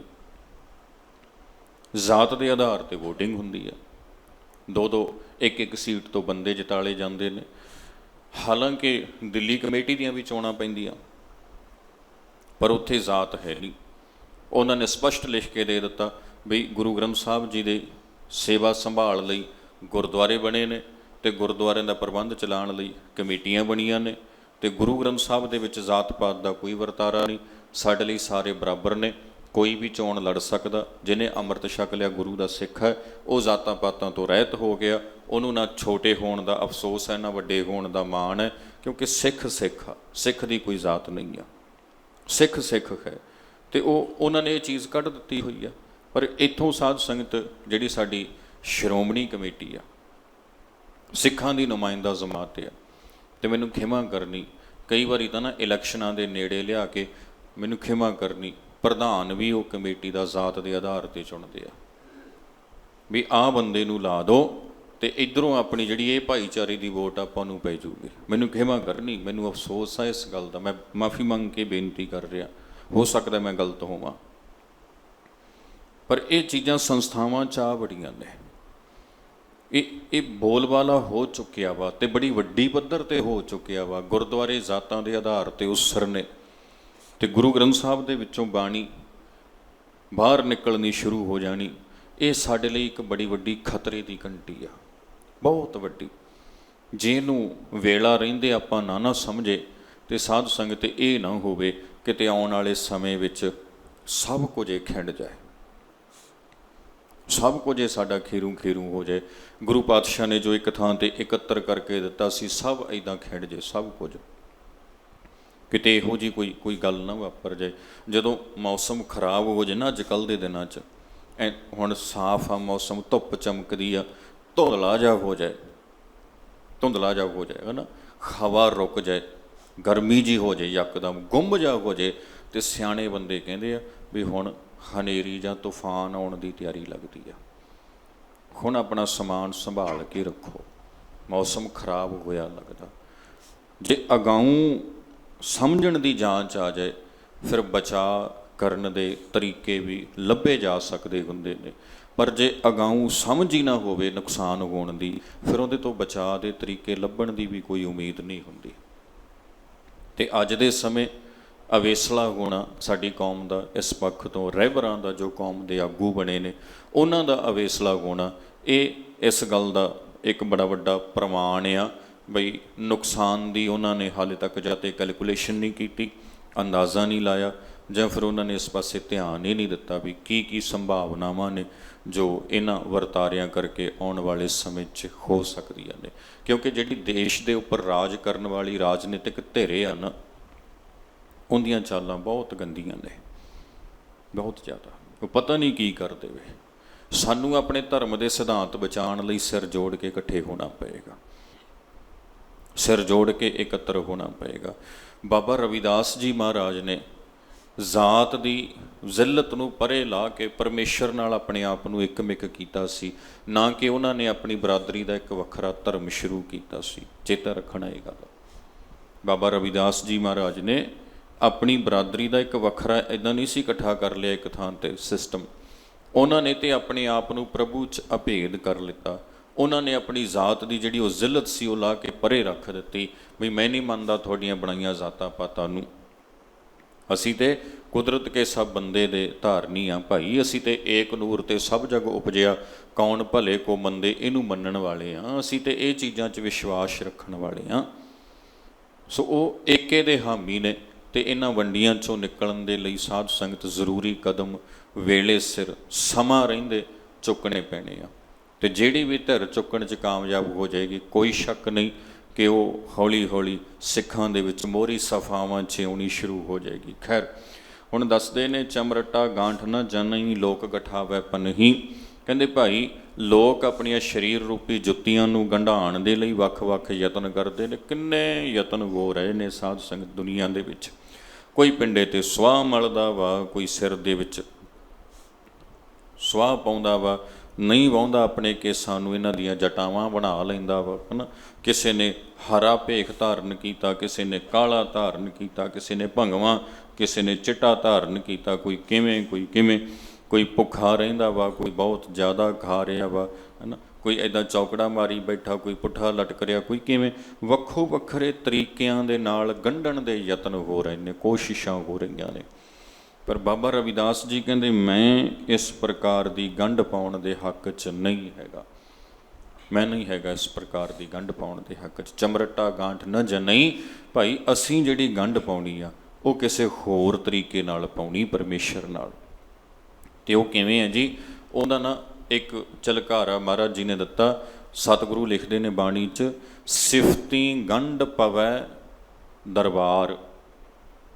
ਮਹਾਰਾਜ ਕਹਿੰਦੇ ਸੱਚੇ ਦੇ ਦਰਬਾਰ ਵਿੱਚ ਜਿਹੜੀ ਗੰਢ ਪੈਂਦੀ ਆ ਨਾ, ਉਹ ਸਿਫਤ ਨਾਲ ਪੈਂਦੀ ਆ, ਉਹ ਵਡਿਆਈ ਨਾਲ ਪੈਂਦੀ ਆ, ਉਹ ਅਕਾਲ ਪੁਰਖ ਦੀ ਉਸਤਤ ਦੇ ਵਿੱਚ ਆਪਣੀ ਸੁਰਤ ਨੂੰ ਜੋੜ ਕੇ ਪੈਂਦੀ ਆ। ਤੇ ਇਹ ਵੀ ਮੈਂ ਨਾਲ ਦੀ ਨਾਲ ਬੇਨਤੀ ਕਰਦੇ ਹਾਂ ਸਾਧ ਸੰਗਤ, ਰੱਬ ਜੀ ਦੀ ਉਸਤਤ ਕੇਵਲ ਜ਼ੁਬਾਨੋਂ ਕਰਨਾ ਹੀ ਉਸਤਤ ਨਹੀਂ ਹੁੰਦੀ, ਇਹ ਉਸਤਤ ਦਾ ਇੱਕ ਅੰਗ ਹੁੰਦਾ। ਅਸਲ ਵਿੱਚ ਉਸਤਤ ਹੁੰਦੀ ਆ ਵੀ ਸਾਡਾ ਕਰਮ ਸੱਚੇ ਪਰਮੇਸ਼ਰ ਦੀ ਉਸਤਤ ਕਰਦਾ ਹੋਵੇ, ਸਾਡਾ ਕਰਮ ਰੱਬ ਜੀ ਦੀ ਵਡਿਆਈ ਕਰਦਾ ਹੋਵੇ, ਸਾਡਾ ਵੇਖਣਾ, ਸਾਡਾ ਬੋਲਣਾ, ਸਾਡਾ ਕੰਮ ਕਰਨ ਦਾ ਤਰੀਕਾ, ਸਾਡਾ ਦੁਨੀਆ ਦੇ ਬਾਕੀ ਲੋਕਾਂ ਨਾਲ ਵਿਹਾਰ, ਬਾਕੀ ਜੀਵਾਂ ਨਾਲ ਵਿਹਾਰ ਆ ਨਾ, ਜਿਹੜਾ ਅਕੁੱਲ ਬ੍ਰਹਿਮੰਡ ਨਾਲ, ਬਨਸਪਤੀ ਨਾਲ ਜੋ ਵਿਹਾਰ ਆ ਨਾ, ਉਹਦੇ ਵਿੱਚੋਂ ਸੱਚੇ ਰੱਬ ਦੀ ਉਸਤਤ ਝਾਕਦੀ ਹੋਵੇ, ਸੱਚੇ ਰੱਬ ਦੀ ਵਡਿਆਈ ਝਾਕਦੀ ਹੋਵੇ। ਹੁਣ ਵੇਖੋ ਤੁਸੀਂ, ਗੁਰੂ ਨਾਨਕ ਨੇ ਵਡਿਆਈ ਕਿਵੇਂ ਕੀਤੀ ਹੋਣੀ, ਜਦੋਂ ਸਤਿਗੁਰੂ ਲਿਖ ਦਿੰਦੇ ਨੇ, ਬਲਿਹਾਰੀ ਕੁਦਰਤ ਵਸਿਆ ਤੇਰਾ ਅੰਤ ਨਾ ਜਾਈ ਲਖਿਆ। ਕੀ ਭਲਾ ਧੜਾ ਧੜ ਇੱਦਾਂ ਦਰਖਤਾਂ ਨੂੰ ਕੱਟਣ ਵਾਲੇ, ਬਨਸਪਤੀ ਨੂੰ ਇੱਦਾਂ ਖਤਮ ਕਰ ਦੇਣ ਵਾਲੇ, ਉਹ ਉਹਨਾਂ ਦੇ ਹਿੱਸੇ ਇਹ ਦਾਤ ਆ ਸਕਦੀ ਆ ਹੈ ਨਾ? ਇੱਦਾਂ ਜੀਵਾਂ ਨੂੰ ਖਤਮ ਕਰ ਦੇਣ ਵਾਲੇ, ਜਿਹੜੇ ਪਰਵਾਹੀ ਨਾ ਕਰਨ, ਉਹ ਉਹਨਾਂ ਦੇ ਹਿੱਸੇ ਦਾਤਾਂ ਕਿਵੇਂ ਆ ਸਕਦੀਆਂ ਨੇ? ਸਾਧ ਸੰਗਤ, ਮਹਾਰਾਜ ਜੀ ਨੇ ਤਾਂ ਇੱਥੋਂ ਤੱਕ ਲਿਖ ਦਿੱਤਾ, ਪਵਨ ਗੁਰੂ ਪਾਣੀ ਪਿਤਾ ਮਾਤਾ ਧਰਤ ਮਹਤ, ਦਿਵਸ ਰਾਤ ਦੋਇ ਦਾਈ ਦਾਇਆ ਖੇਲੈ ਸਗਲ ਜਗਤ। ਇੰਨੀਆਂ ਵੱਡੀਆਂ ਦਾਤਾਂ ਬਖਸ਼ਿਸ਼ਾਂ ਕਰਨ ਵਾਲਾ ਸੱਚਾ ਸਤਿਗੁਰੂ ਕਿਸ ਰੂਪ ਦੇ ਵਿੱਚ ਉਸਤਤ ਕਰਦਾ ਹੋਣਾ ਪਰਮੇਸ਼ਰ ਦੀ, ਸਮਝਿਆ ਜਾ ਸਕਦਾ। ਤੇ ਅੱਜ ਦੀ ਜਿਹੜੀ ਉਸਤਤ ਹੈ ਨਾ, ਉਹ ਕੇਵਲ ਜ਼ੁਬਾਨੀ ਉਸਤਤ ਰਹਿ ਗਈ ਆ। ਜ਼ੁਬਾਨੀ, ਜ਼ੁਬਾਨ ਤੋਂ ਕਰੋ, ਰਸਨਾ ਤੋਂ ਬੋਲੀ ਜਾਓ, ਕਰਮ ਜਿਵੇਂ ਦੇ ਮਰਜ਼ੀ ਹੋਣ। ਅਸਲ ਕਰਮਾਂ ਵਿੱਚੋਂ ਵਡਿਆਈ ਝਾਕਣੀ ਚਾਹੀਦੀ ਆ। ਜਿਹੜਾ ਗੁਰੂ ਸਾਹਿਬ ਲਿਖਦੇ ਨੇ ਨਾ ਬਾਣੀ 'ਚ, ਉਸਤਤ ਮਨ ਮੈਂ ਕਰ ਨਿਰੰਕਾਰ, ਵੀ ਮਨ ਵਿੱਚ ਨਿਰੰਕਾਰ ਦੀ ਉਸਤਤ ਕਰ। ਤੇ ਉਹਦੀ ਵਿਆਖਿਆ ਵੀ ਦਿੰਦੇ ਨੇ ਨਾਲ, ਕਰ ਮਨ ਮੇਰੇ ਸਤ ਵਿਵਹਾਰ। ਉਹ ਸਤਿਗੁਰੂ ਨੇ ਉਹਦੀ ਵਿਆਖਿਆ ਵੀ ਨਾਲ ਲਿਖ ਦਿੱਤੀ, ਐ ਮੇਰੇ ਮਨ, ਤੇਰਾ ਵਿਵਹਾਰ ਆ ਨਾ ਜਿਹੜਾ ਬਾਕੀ ਬ੍ਰਹਿਮੰਡ ਦੇ ਜੀਵਾਂ ਦੇ ਪ੍ਰਤੀ, ਉਹ ਸਤ ਵਿਵਹਾਰ ਹੋਵੇ। ਇਸ ਰੂਪ ਦੇ ਵਿੱਚ ਤੇਰੀ ਉਸਤਤ ਮਨ ਵਿੱਚੋਂ ਪਰਮੇਸ਼ਰ ਦੇ ਲਈ ਕੀਤੀ ਜਾ ਸਕਦੀ ਹੈ। ਰਸਨਾ ਵੀ ਵਾਹਿਗੁਰੂ ਦੇ ਪ੍ਰੇਮ ਦੇ ਰੰਗ, ਸਿਫਤ ਦੇ ਰੰਗ ਵਿੱਚ ਰੰਗੀ ਹੋਵੇ, ਤੇ ਸੁਰਤ ਵੀ ਵਾਹਿਗੁਰੂ ਦੀ ਵਡਿਆਈ ਦੇ ਰੰਗ ਵਿੱਚ ਰੰਗੀ ਹੋਵੇ। ਕਹਿਣ ਤੋਂ ਭਾਵ ਰਸਨਾ ਤੇ ਵੀ ਵਡਿਆਈ ਹੋਵੇ, ਤੇ ਕਰਮਾਂ ਦੇ ਵਿੱਚੋਂ ਵੀ ਪਰਮੇਸ਼ਰ ਦੀ ਵਡਿਆਈ ਝਾਕਦੀ ਹੋਵੇ। ਸੋ ਇਹਨਾਂ ਚੀਜ਼ਾਂ ਦੇ ਪੱਖ ਵਿੱਚ ਨੇ ਮਹਾਰਾਜ ਬਾਬਾ ਰਵਿਦਾਸ ਜੀ, ਭਗਤ ਬਾਬਾ ਰਵਿਦਾਸ ਜੀ, ਤੇ ਲਿਖਦੇ ਨੇ ਬਈ ਆ ਦੁਨਿਆਵੀ ਰੀਤਾਂ ਤੋਂ ਅਸੀਂ ਪਰੇ ਹਾਂ। ਆਰ ਨਹੀਂ ਜੈ ਤੋਪਾ, ਨਹੀਂ ਰਾਂਬੀ ਠਾਓ ਰੂਪਾ। ਜਿਹੜੇ ਮੋਚੀ ਹੁੰਦੇ ਨੇ ਨਾ, ਜੁੱਤੀਆਂ ਗੰਢਣ ਵਾਲੇ, ਕਦੀ ਤੁਸੀਂ ਉਹਨਾਂ ਕੋਲ ਬੈਠੇ ਹੋਵੋ, ਜੁੱਤੀ ਨੂੰ ਕਦੀ ਕੋਈ ਟਾਂਕਾ ਲਵਾਇਆ ਹੋਵੇ, ਸਿਲਾਈ ਕਰਾਈ ਹੋਵੇ, ਉਹਨਾਂ ਕੋਲ ਇੱਕ ਆਰ ਹੁੰਦੀ ਆ। ਆਰ ਨਾ ਇੱਕ ਪ੍ਰਕਾਰ ਦਾ ਸੂਆ ਜਿਹਾ ਹੁੰਦਾ, ਜਿਹਦੇ 'ਚ ਧਾਗਾ ਪਾ ਕੇ ਤਾਂ ਉਹ ਜੁੱਤੀ ਦੇ ਅੰਦਰ ਖਿੱਚ ਕੇ ਬਾਹਰ ਕਰਦੇ ਆ, ਫਿਰ ਉਹਦੇ ਨਾਲ ਉਹਨੂੰ ਧਾਗੇ ਨਾਲ ਸੀ ਦਿੰਦੇ ਆ, ਤਰੋਪੇ ਲਾਉਣ ਵਾਸਤੇ ਹੁੰਦੀ ਆ ਆਰ। ਤੇ ਹੁਣ ਭਗਤ ਰਵਿਦਾਸ ਜੀ ਮਹਾਰਾਜ ਕਹਿੰਦੇ, ਆਰ ਨਹੀਂ ਜਿਹ ਤੋਪੋਂ, ਕਹਿੰਦੇ ਜਿਹੜੇ ਤੋਪੇ ਲਵਾਉਣ ਵਾਸਤੇ ਲੋਕ ਮੇਰੇ ਕੋਲ ਆ ਰਹੇ ਨੇ ਨਾ, ਮੇਰੇ ਕੋਲ ਤੇ ਉਹਨਾਂ ਦੀ ਆਰ ਇਹ ਨਹੀਂ, ਮੇਰੇ ਕੋਲ ਤੇ ਕੋਈ ਹੋਰ ਆਰ ਆ, ਤੇ ਉਹ ਤਰੋਪੇ ਲਵਾਉਣ ਦੀ ਇੱਛਾ ਲੋਕ ਨਹੀਂ ਰੱਖ ਰਹੇ। ਤੇ ਹੁਣ ਜਿਹੜੇ ਤਰੋਪੇ ਲਵਾਉਣ ਲੋਕ ਸਾਡੇ ਕੋਲ ਆ ਰਹੇ ਨੇ, ਉਵੇਂ ਦੀ ਸਾਡੇ ਕੋਲ ਆਰ ਹੀ ਨਹੀਂ ਆ। ਆਰ ਨਹੀਂ ਜਿਹੇ ਤੋਪੋਂ, ਜਿਹਦੇ ਨਾਲ ਮੈਂ ਤਰੋਪਾ ਲਾ ਸਕਾਂ, ਮੇਰੇ ਕੋਲ ਉਵੇਂ ਦੀ ਆਰ ਹੈ ਕੋਈ ਨਹੀਂ, ਉਵੇਂ ਦੀ ਆਰ ਨਹੀਂ ਹੈ। ਅੱਗੇ ਲਿਖਦੇ ਨੇ ਜੀ, ਨਹੀਂ ਰਾਂਬੀ ਠਾਉ ਰੋਪੋਂ, ਤੇ ਮੇਰੇ ਕੋਲ ਉਹ ਰੰਬੀ ਵੀ ਨਹੀਂ ਆ। ਰੰਬੀ ਤੇ ਤੁਸੀਂ ਸਮਝਦੇ ਹੋ ਨਾ, ਜਿਹਦੇ ਨਾਲ ਉਹ ਛਿੱਲਿਆ ਜਾਂਦਾ, ਕੱਟਿਆ ਜਾਂਦਾ, ਜਿਹਦੇ ਨਾਲ ਚਮੜੇ ਨੂੰ ਕੱਟ ਕੇ ਕੋਈ ਤਰੋਪਾ ਲਾਇਆ ਜਾਂਦਾ ਜਾਂ ਕੋਈ ਜੋੜਾ ਬਣਾਇਆ ਜਾਂਦਾ, ਨਾਪਾ ਲੈ ਕੇ। ਭਗਤ ਰਵਿਦਾਸ ਜੀ ਕਹਿਣ ਲੱਗੇ, ਮੇਰੇ ਕੋਲੇ ਉੱਦਾਂ ਦੀ ਰੰਬੀ ਵੀ ਨਹੀਂ ਆ, ਜਿਵੇਂ ਦੀ ਰੰਬੀ ਲੋਕ ਮੇਰੇ ਕੋਲੋਂ ਇੱਛਾ ਰੱਖ ਰਹੇ ਨੇ। ਜਿਵੇਂ ਦੀ ਇੱਛਾ ਲੋਕ ਰੱਖ ਕੇ ਆ ਰਹੇ ਨੇ ਨਾ, ਉਹ ਨਾ ਤੇ ਆਰ ਸਾਡੇ ਕੋਲ ਤੇ ਨਾ ਉਵੇਂ ਦੀ ਰੰਬੀ ਸਾਡੇ ਕੋਲ ਹੈ। ਹੁਣ ਇਹਨੂੰ ਸਮਝਣਾ ਸਾਧ ਸੰਗਤ ਇਹ ਚੀਜ਼ ਨੂੰ ਆਪ ਜੀ ਨੇ। ਕਈ ਲੋਕੀ ਭਗਤ ਰਵਿਦਾਸ ਜੀ ਦੇ ਕੋਲ ਉਸੇ ਇੱਛਾ ਨਾਲ ਜਾਂਦੇ ਹੋਣਗੇ ਜਿਵੇਂ ਦੀ ਇੱਛਾ ਨਾਲ ਉਹ ਬਾਕੀ ਲੋਕਾਂ ਕੋਲ ਜਾਂਦੇ ਹੋਣੇ ਆ, ਹੈ ਨਾ। ਇੱਕ ਨਿੱਕੀ ਜੀ ਉਦਾਹਰਨ ਆਪਾਂ ਲਈਏ, ਹੈ ਤੇ ਵਾਹਵਾ ਵੱਡੀ, ਪਰ ਨਿੱਕੀ ਜੀ ਮੈਂ ਇਸ ਲਈ ਕਹਿ ਰਿਹਾ ਕਿਉਂਕਿ ਥੋੜ੍ਹੇ ਸਮੇਂ 'ਚ ਆਪਾਂ ਗੱਲ ਕਰਨੀ। 8ਵੇਂ ਪਾਤਸ਼ਾਹ ਗੁਰੂ ਹਰਕ੍ਰਿਸ਼ਨ ਮਹਾਰਾਜ ਜਦੋਂ ਜੋਤੀ ਜੋਤ ਸਮਾਏ ਤੇ ਉਹਨਾਂ ਦੇ ਬਚਨ ਸਨ ਬਈ ਅਗਲੀ ਗੁਰੂ ਜੋਤ ਬਕਾਲੇ ਵਿੱਚ, ਤੇ ਬਕਾਲੇ 'ਚ ਲੱਗ ਗਈਆਂ ਕਈ ਗੱਡੀਆਂ, ਹੈ ਨਾ। ਤੇ ਉਹ ਸਾਰੇ ਆਪਣੇ ਆਪ ਨੂੰ ਅਖਵਾਉਣ ਲੱਗ ਪਏ ਗੁਰੂ, ਬਈ ਅਸੀਂ ਸੱਚੇ ਹਾਂ। ਤੇ ਸੰਗਤ ਜਿਵੇਂ ਜਿਵੇਂ ਸੁਣਦੀ ਬਈ ਗੁਰੂ ਜੋਤ ਦਾ ਵਾਸਾ ਬਕਾਲੇ ਵਿੱਚ ਹੈਗਾ, ਤੇ ਉਹ ਬਕਾਲੇ ਜਾਂਦੇ। ਤੇ ਬਕਾਲੇ ਦੇ ਇੱਦਾਂ ਜਿੱਦਾਂ ਆਪਾਂ ਕਹਿ ਦਈਏ ਵੀ ਆਪਾਂ ਇੱਥੇ ਗੁਰਸਾਗਰ ਸਾਹਿਬ ਬੈਠੇ ਹਾਂ, ਮਸਤੂਆਣਾ ਸਾਹਿਬ, ਇਹ ਕਈ ਪਾਸਿਓਂ ਰਸਤੇ ਲੱਗਦੇ ਨੇ। ਇੱਧਰੋਂ ਚੰਗਾਲ ਤੋਂ ਇੱਕ ਰਾਹ ਲੱਗਦਾ, ਲਿੱਦੜਾਂ ਤੋਂ ਲੱਗਦਾ, ਇੱਧਰੋਂ ਬਰਨਾਲਿਓਂ ਆਉਂਦੇ ਹਾਂ ਤੇ ਉੱਥੋਂ ਇੱਕ ਬਾਈਪਾਸ ਬਣ ਗਿਆ, ਉੱਥੋਂ ਰਸਤਾ ਲੱਗਦਾ, ਇੱਧਰੋਂ ਸੰਗਰੂਰ ਤੋਂ ਆਉਂਦੇ ਆਪਾਂ, ਇੱਥੋਂ ਰਸਤਾ ਲੱਗਦਾ ਵਾ, ਹੈ ਨਾ। ਇੱਦਾਂ ਬਕਾਲੇ ਦੇ ਆਲੇ ਦੁਆਲੇ ਜਿਹੜੇ ਰਾਹ ਲੱਗਦੇ ਹੋਣੇ ਆ, ਤੇ ਉਹਨਾਂ ਰਾਹਾਂ 'ਤੇ ਕਈਆਂ ਨੇ ਆਪੋ ਆਪਣੇ ਜਿਹੜੇ ਉਹਨਾਂ ਦੇ ਸੀ ਨੁਮਾਇੰਦੇ ਖੜ੍ਹਾ ਦਿੱਤੇ ਵੀ ਕੋਈ ਵੀ ਸੰਗਤ ਦਾ ਜਥਾ ਮਿਲੇ ਤੇ ਬਾਂਹ ਫੜ ਕੇ ਖਿੱਚ ਕੇ ਸਾਡੇ ਕੋਲ ਲੈ ਆਉਣਾ, ਵੀ ਸੱਚਾ ਗੁਰੂ ਅਸੀਂ ਤੁਹਾਨੂੰ ਦੱਸਦੇ ਹਾਂ ਕੌਣ ਆ। ਧੀਰਮਲ ਦੇ ਚੇਲੇ ਚਾਟੜੇ ਸਭ ਤੋਂ ਵੱਧ ਸੀ, ਗੁਰੂ ਪਰਿਵਾਰ ਵਿੱਚੋਂ ਸੀ ਧੀਰਮਲ, ਬਾਬਾ ਗੁਰਦਿੱਤਾ ਜੀ ਦਾ ਵੱਡਾ ਪੁੱਤਰ ਸੀ। ਤੇ ਧੀਰਮਲ ਦੇ ਚੇਲੇ ਵੱਧ ਸਨ, ਉਹ ਖੜੇ ਸਨ ਰਸਤਿਆਂ ਦੇ ਉੱਪਰ, ਜਿਸ ਪਾਸੇ ਸੰਗਤ ਦਾ ਜਥਾ ਮਿਲਣਾ ਖਿੱਚ ਕੇ ਧੀਰਮਲ ਵੱਲ ਲੈ ਜਾਣਾ। ਤੇ ਰਾਹ 'ਚੋਂ ਕੋਈ ਬੰਦਾ ਕਿਸੇ ਹੋਰ ਦਾ ਉਹਨੇ ਫੜਿਆ ਤੇ ਉਹਨੇ ਆਪਣੇ ਵੱਲ ਖਿੱਚ ਕੇ ਲੈ ਜਾਣਾ। ਯਾਨੀ ਆਪਣੇ ਆਪ ਨੂੰ ਸੱਚੇ ਸੱਚੇ ਅਖਵਾਉਣ ਵਾਲੇ ਸਨ।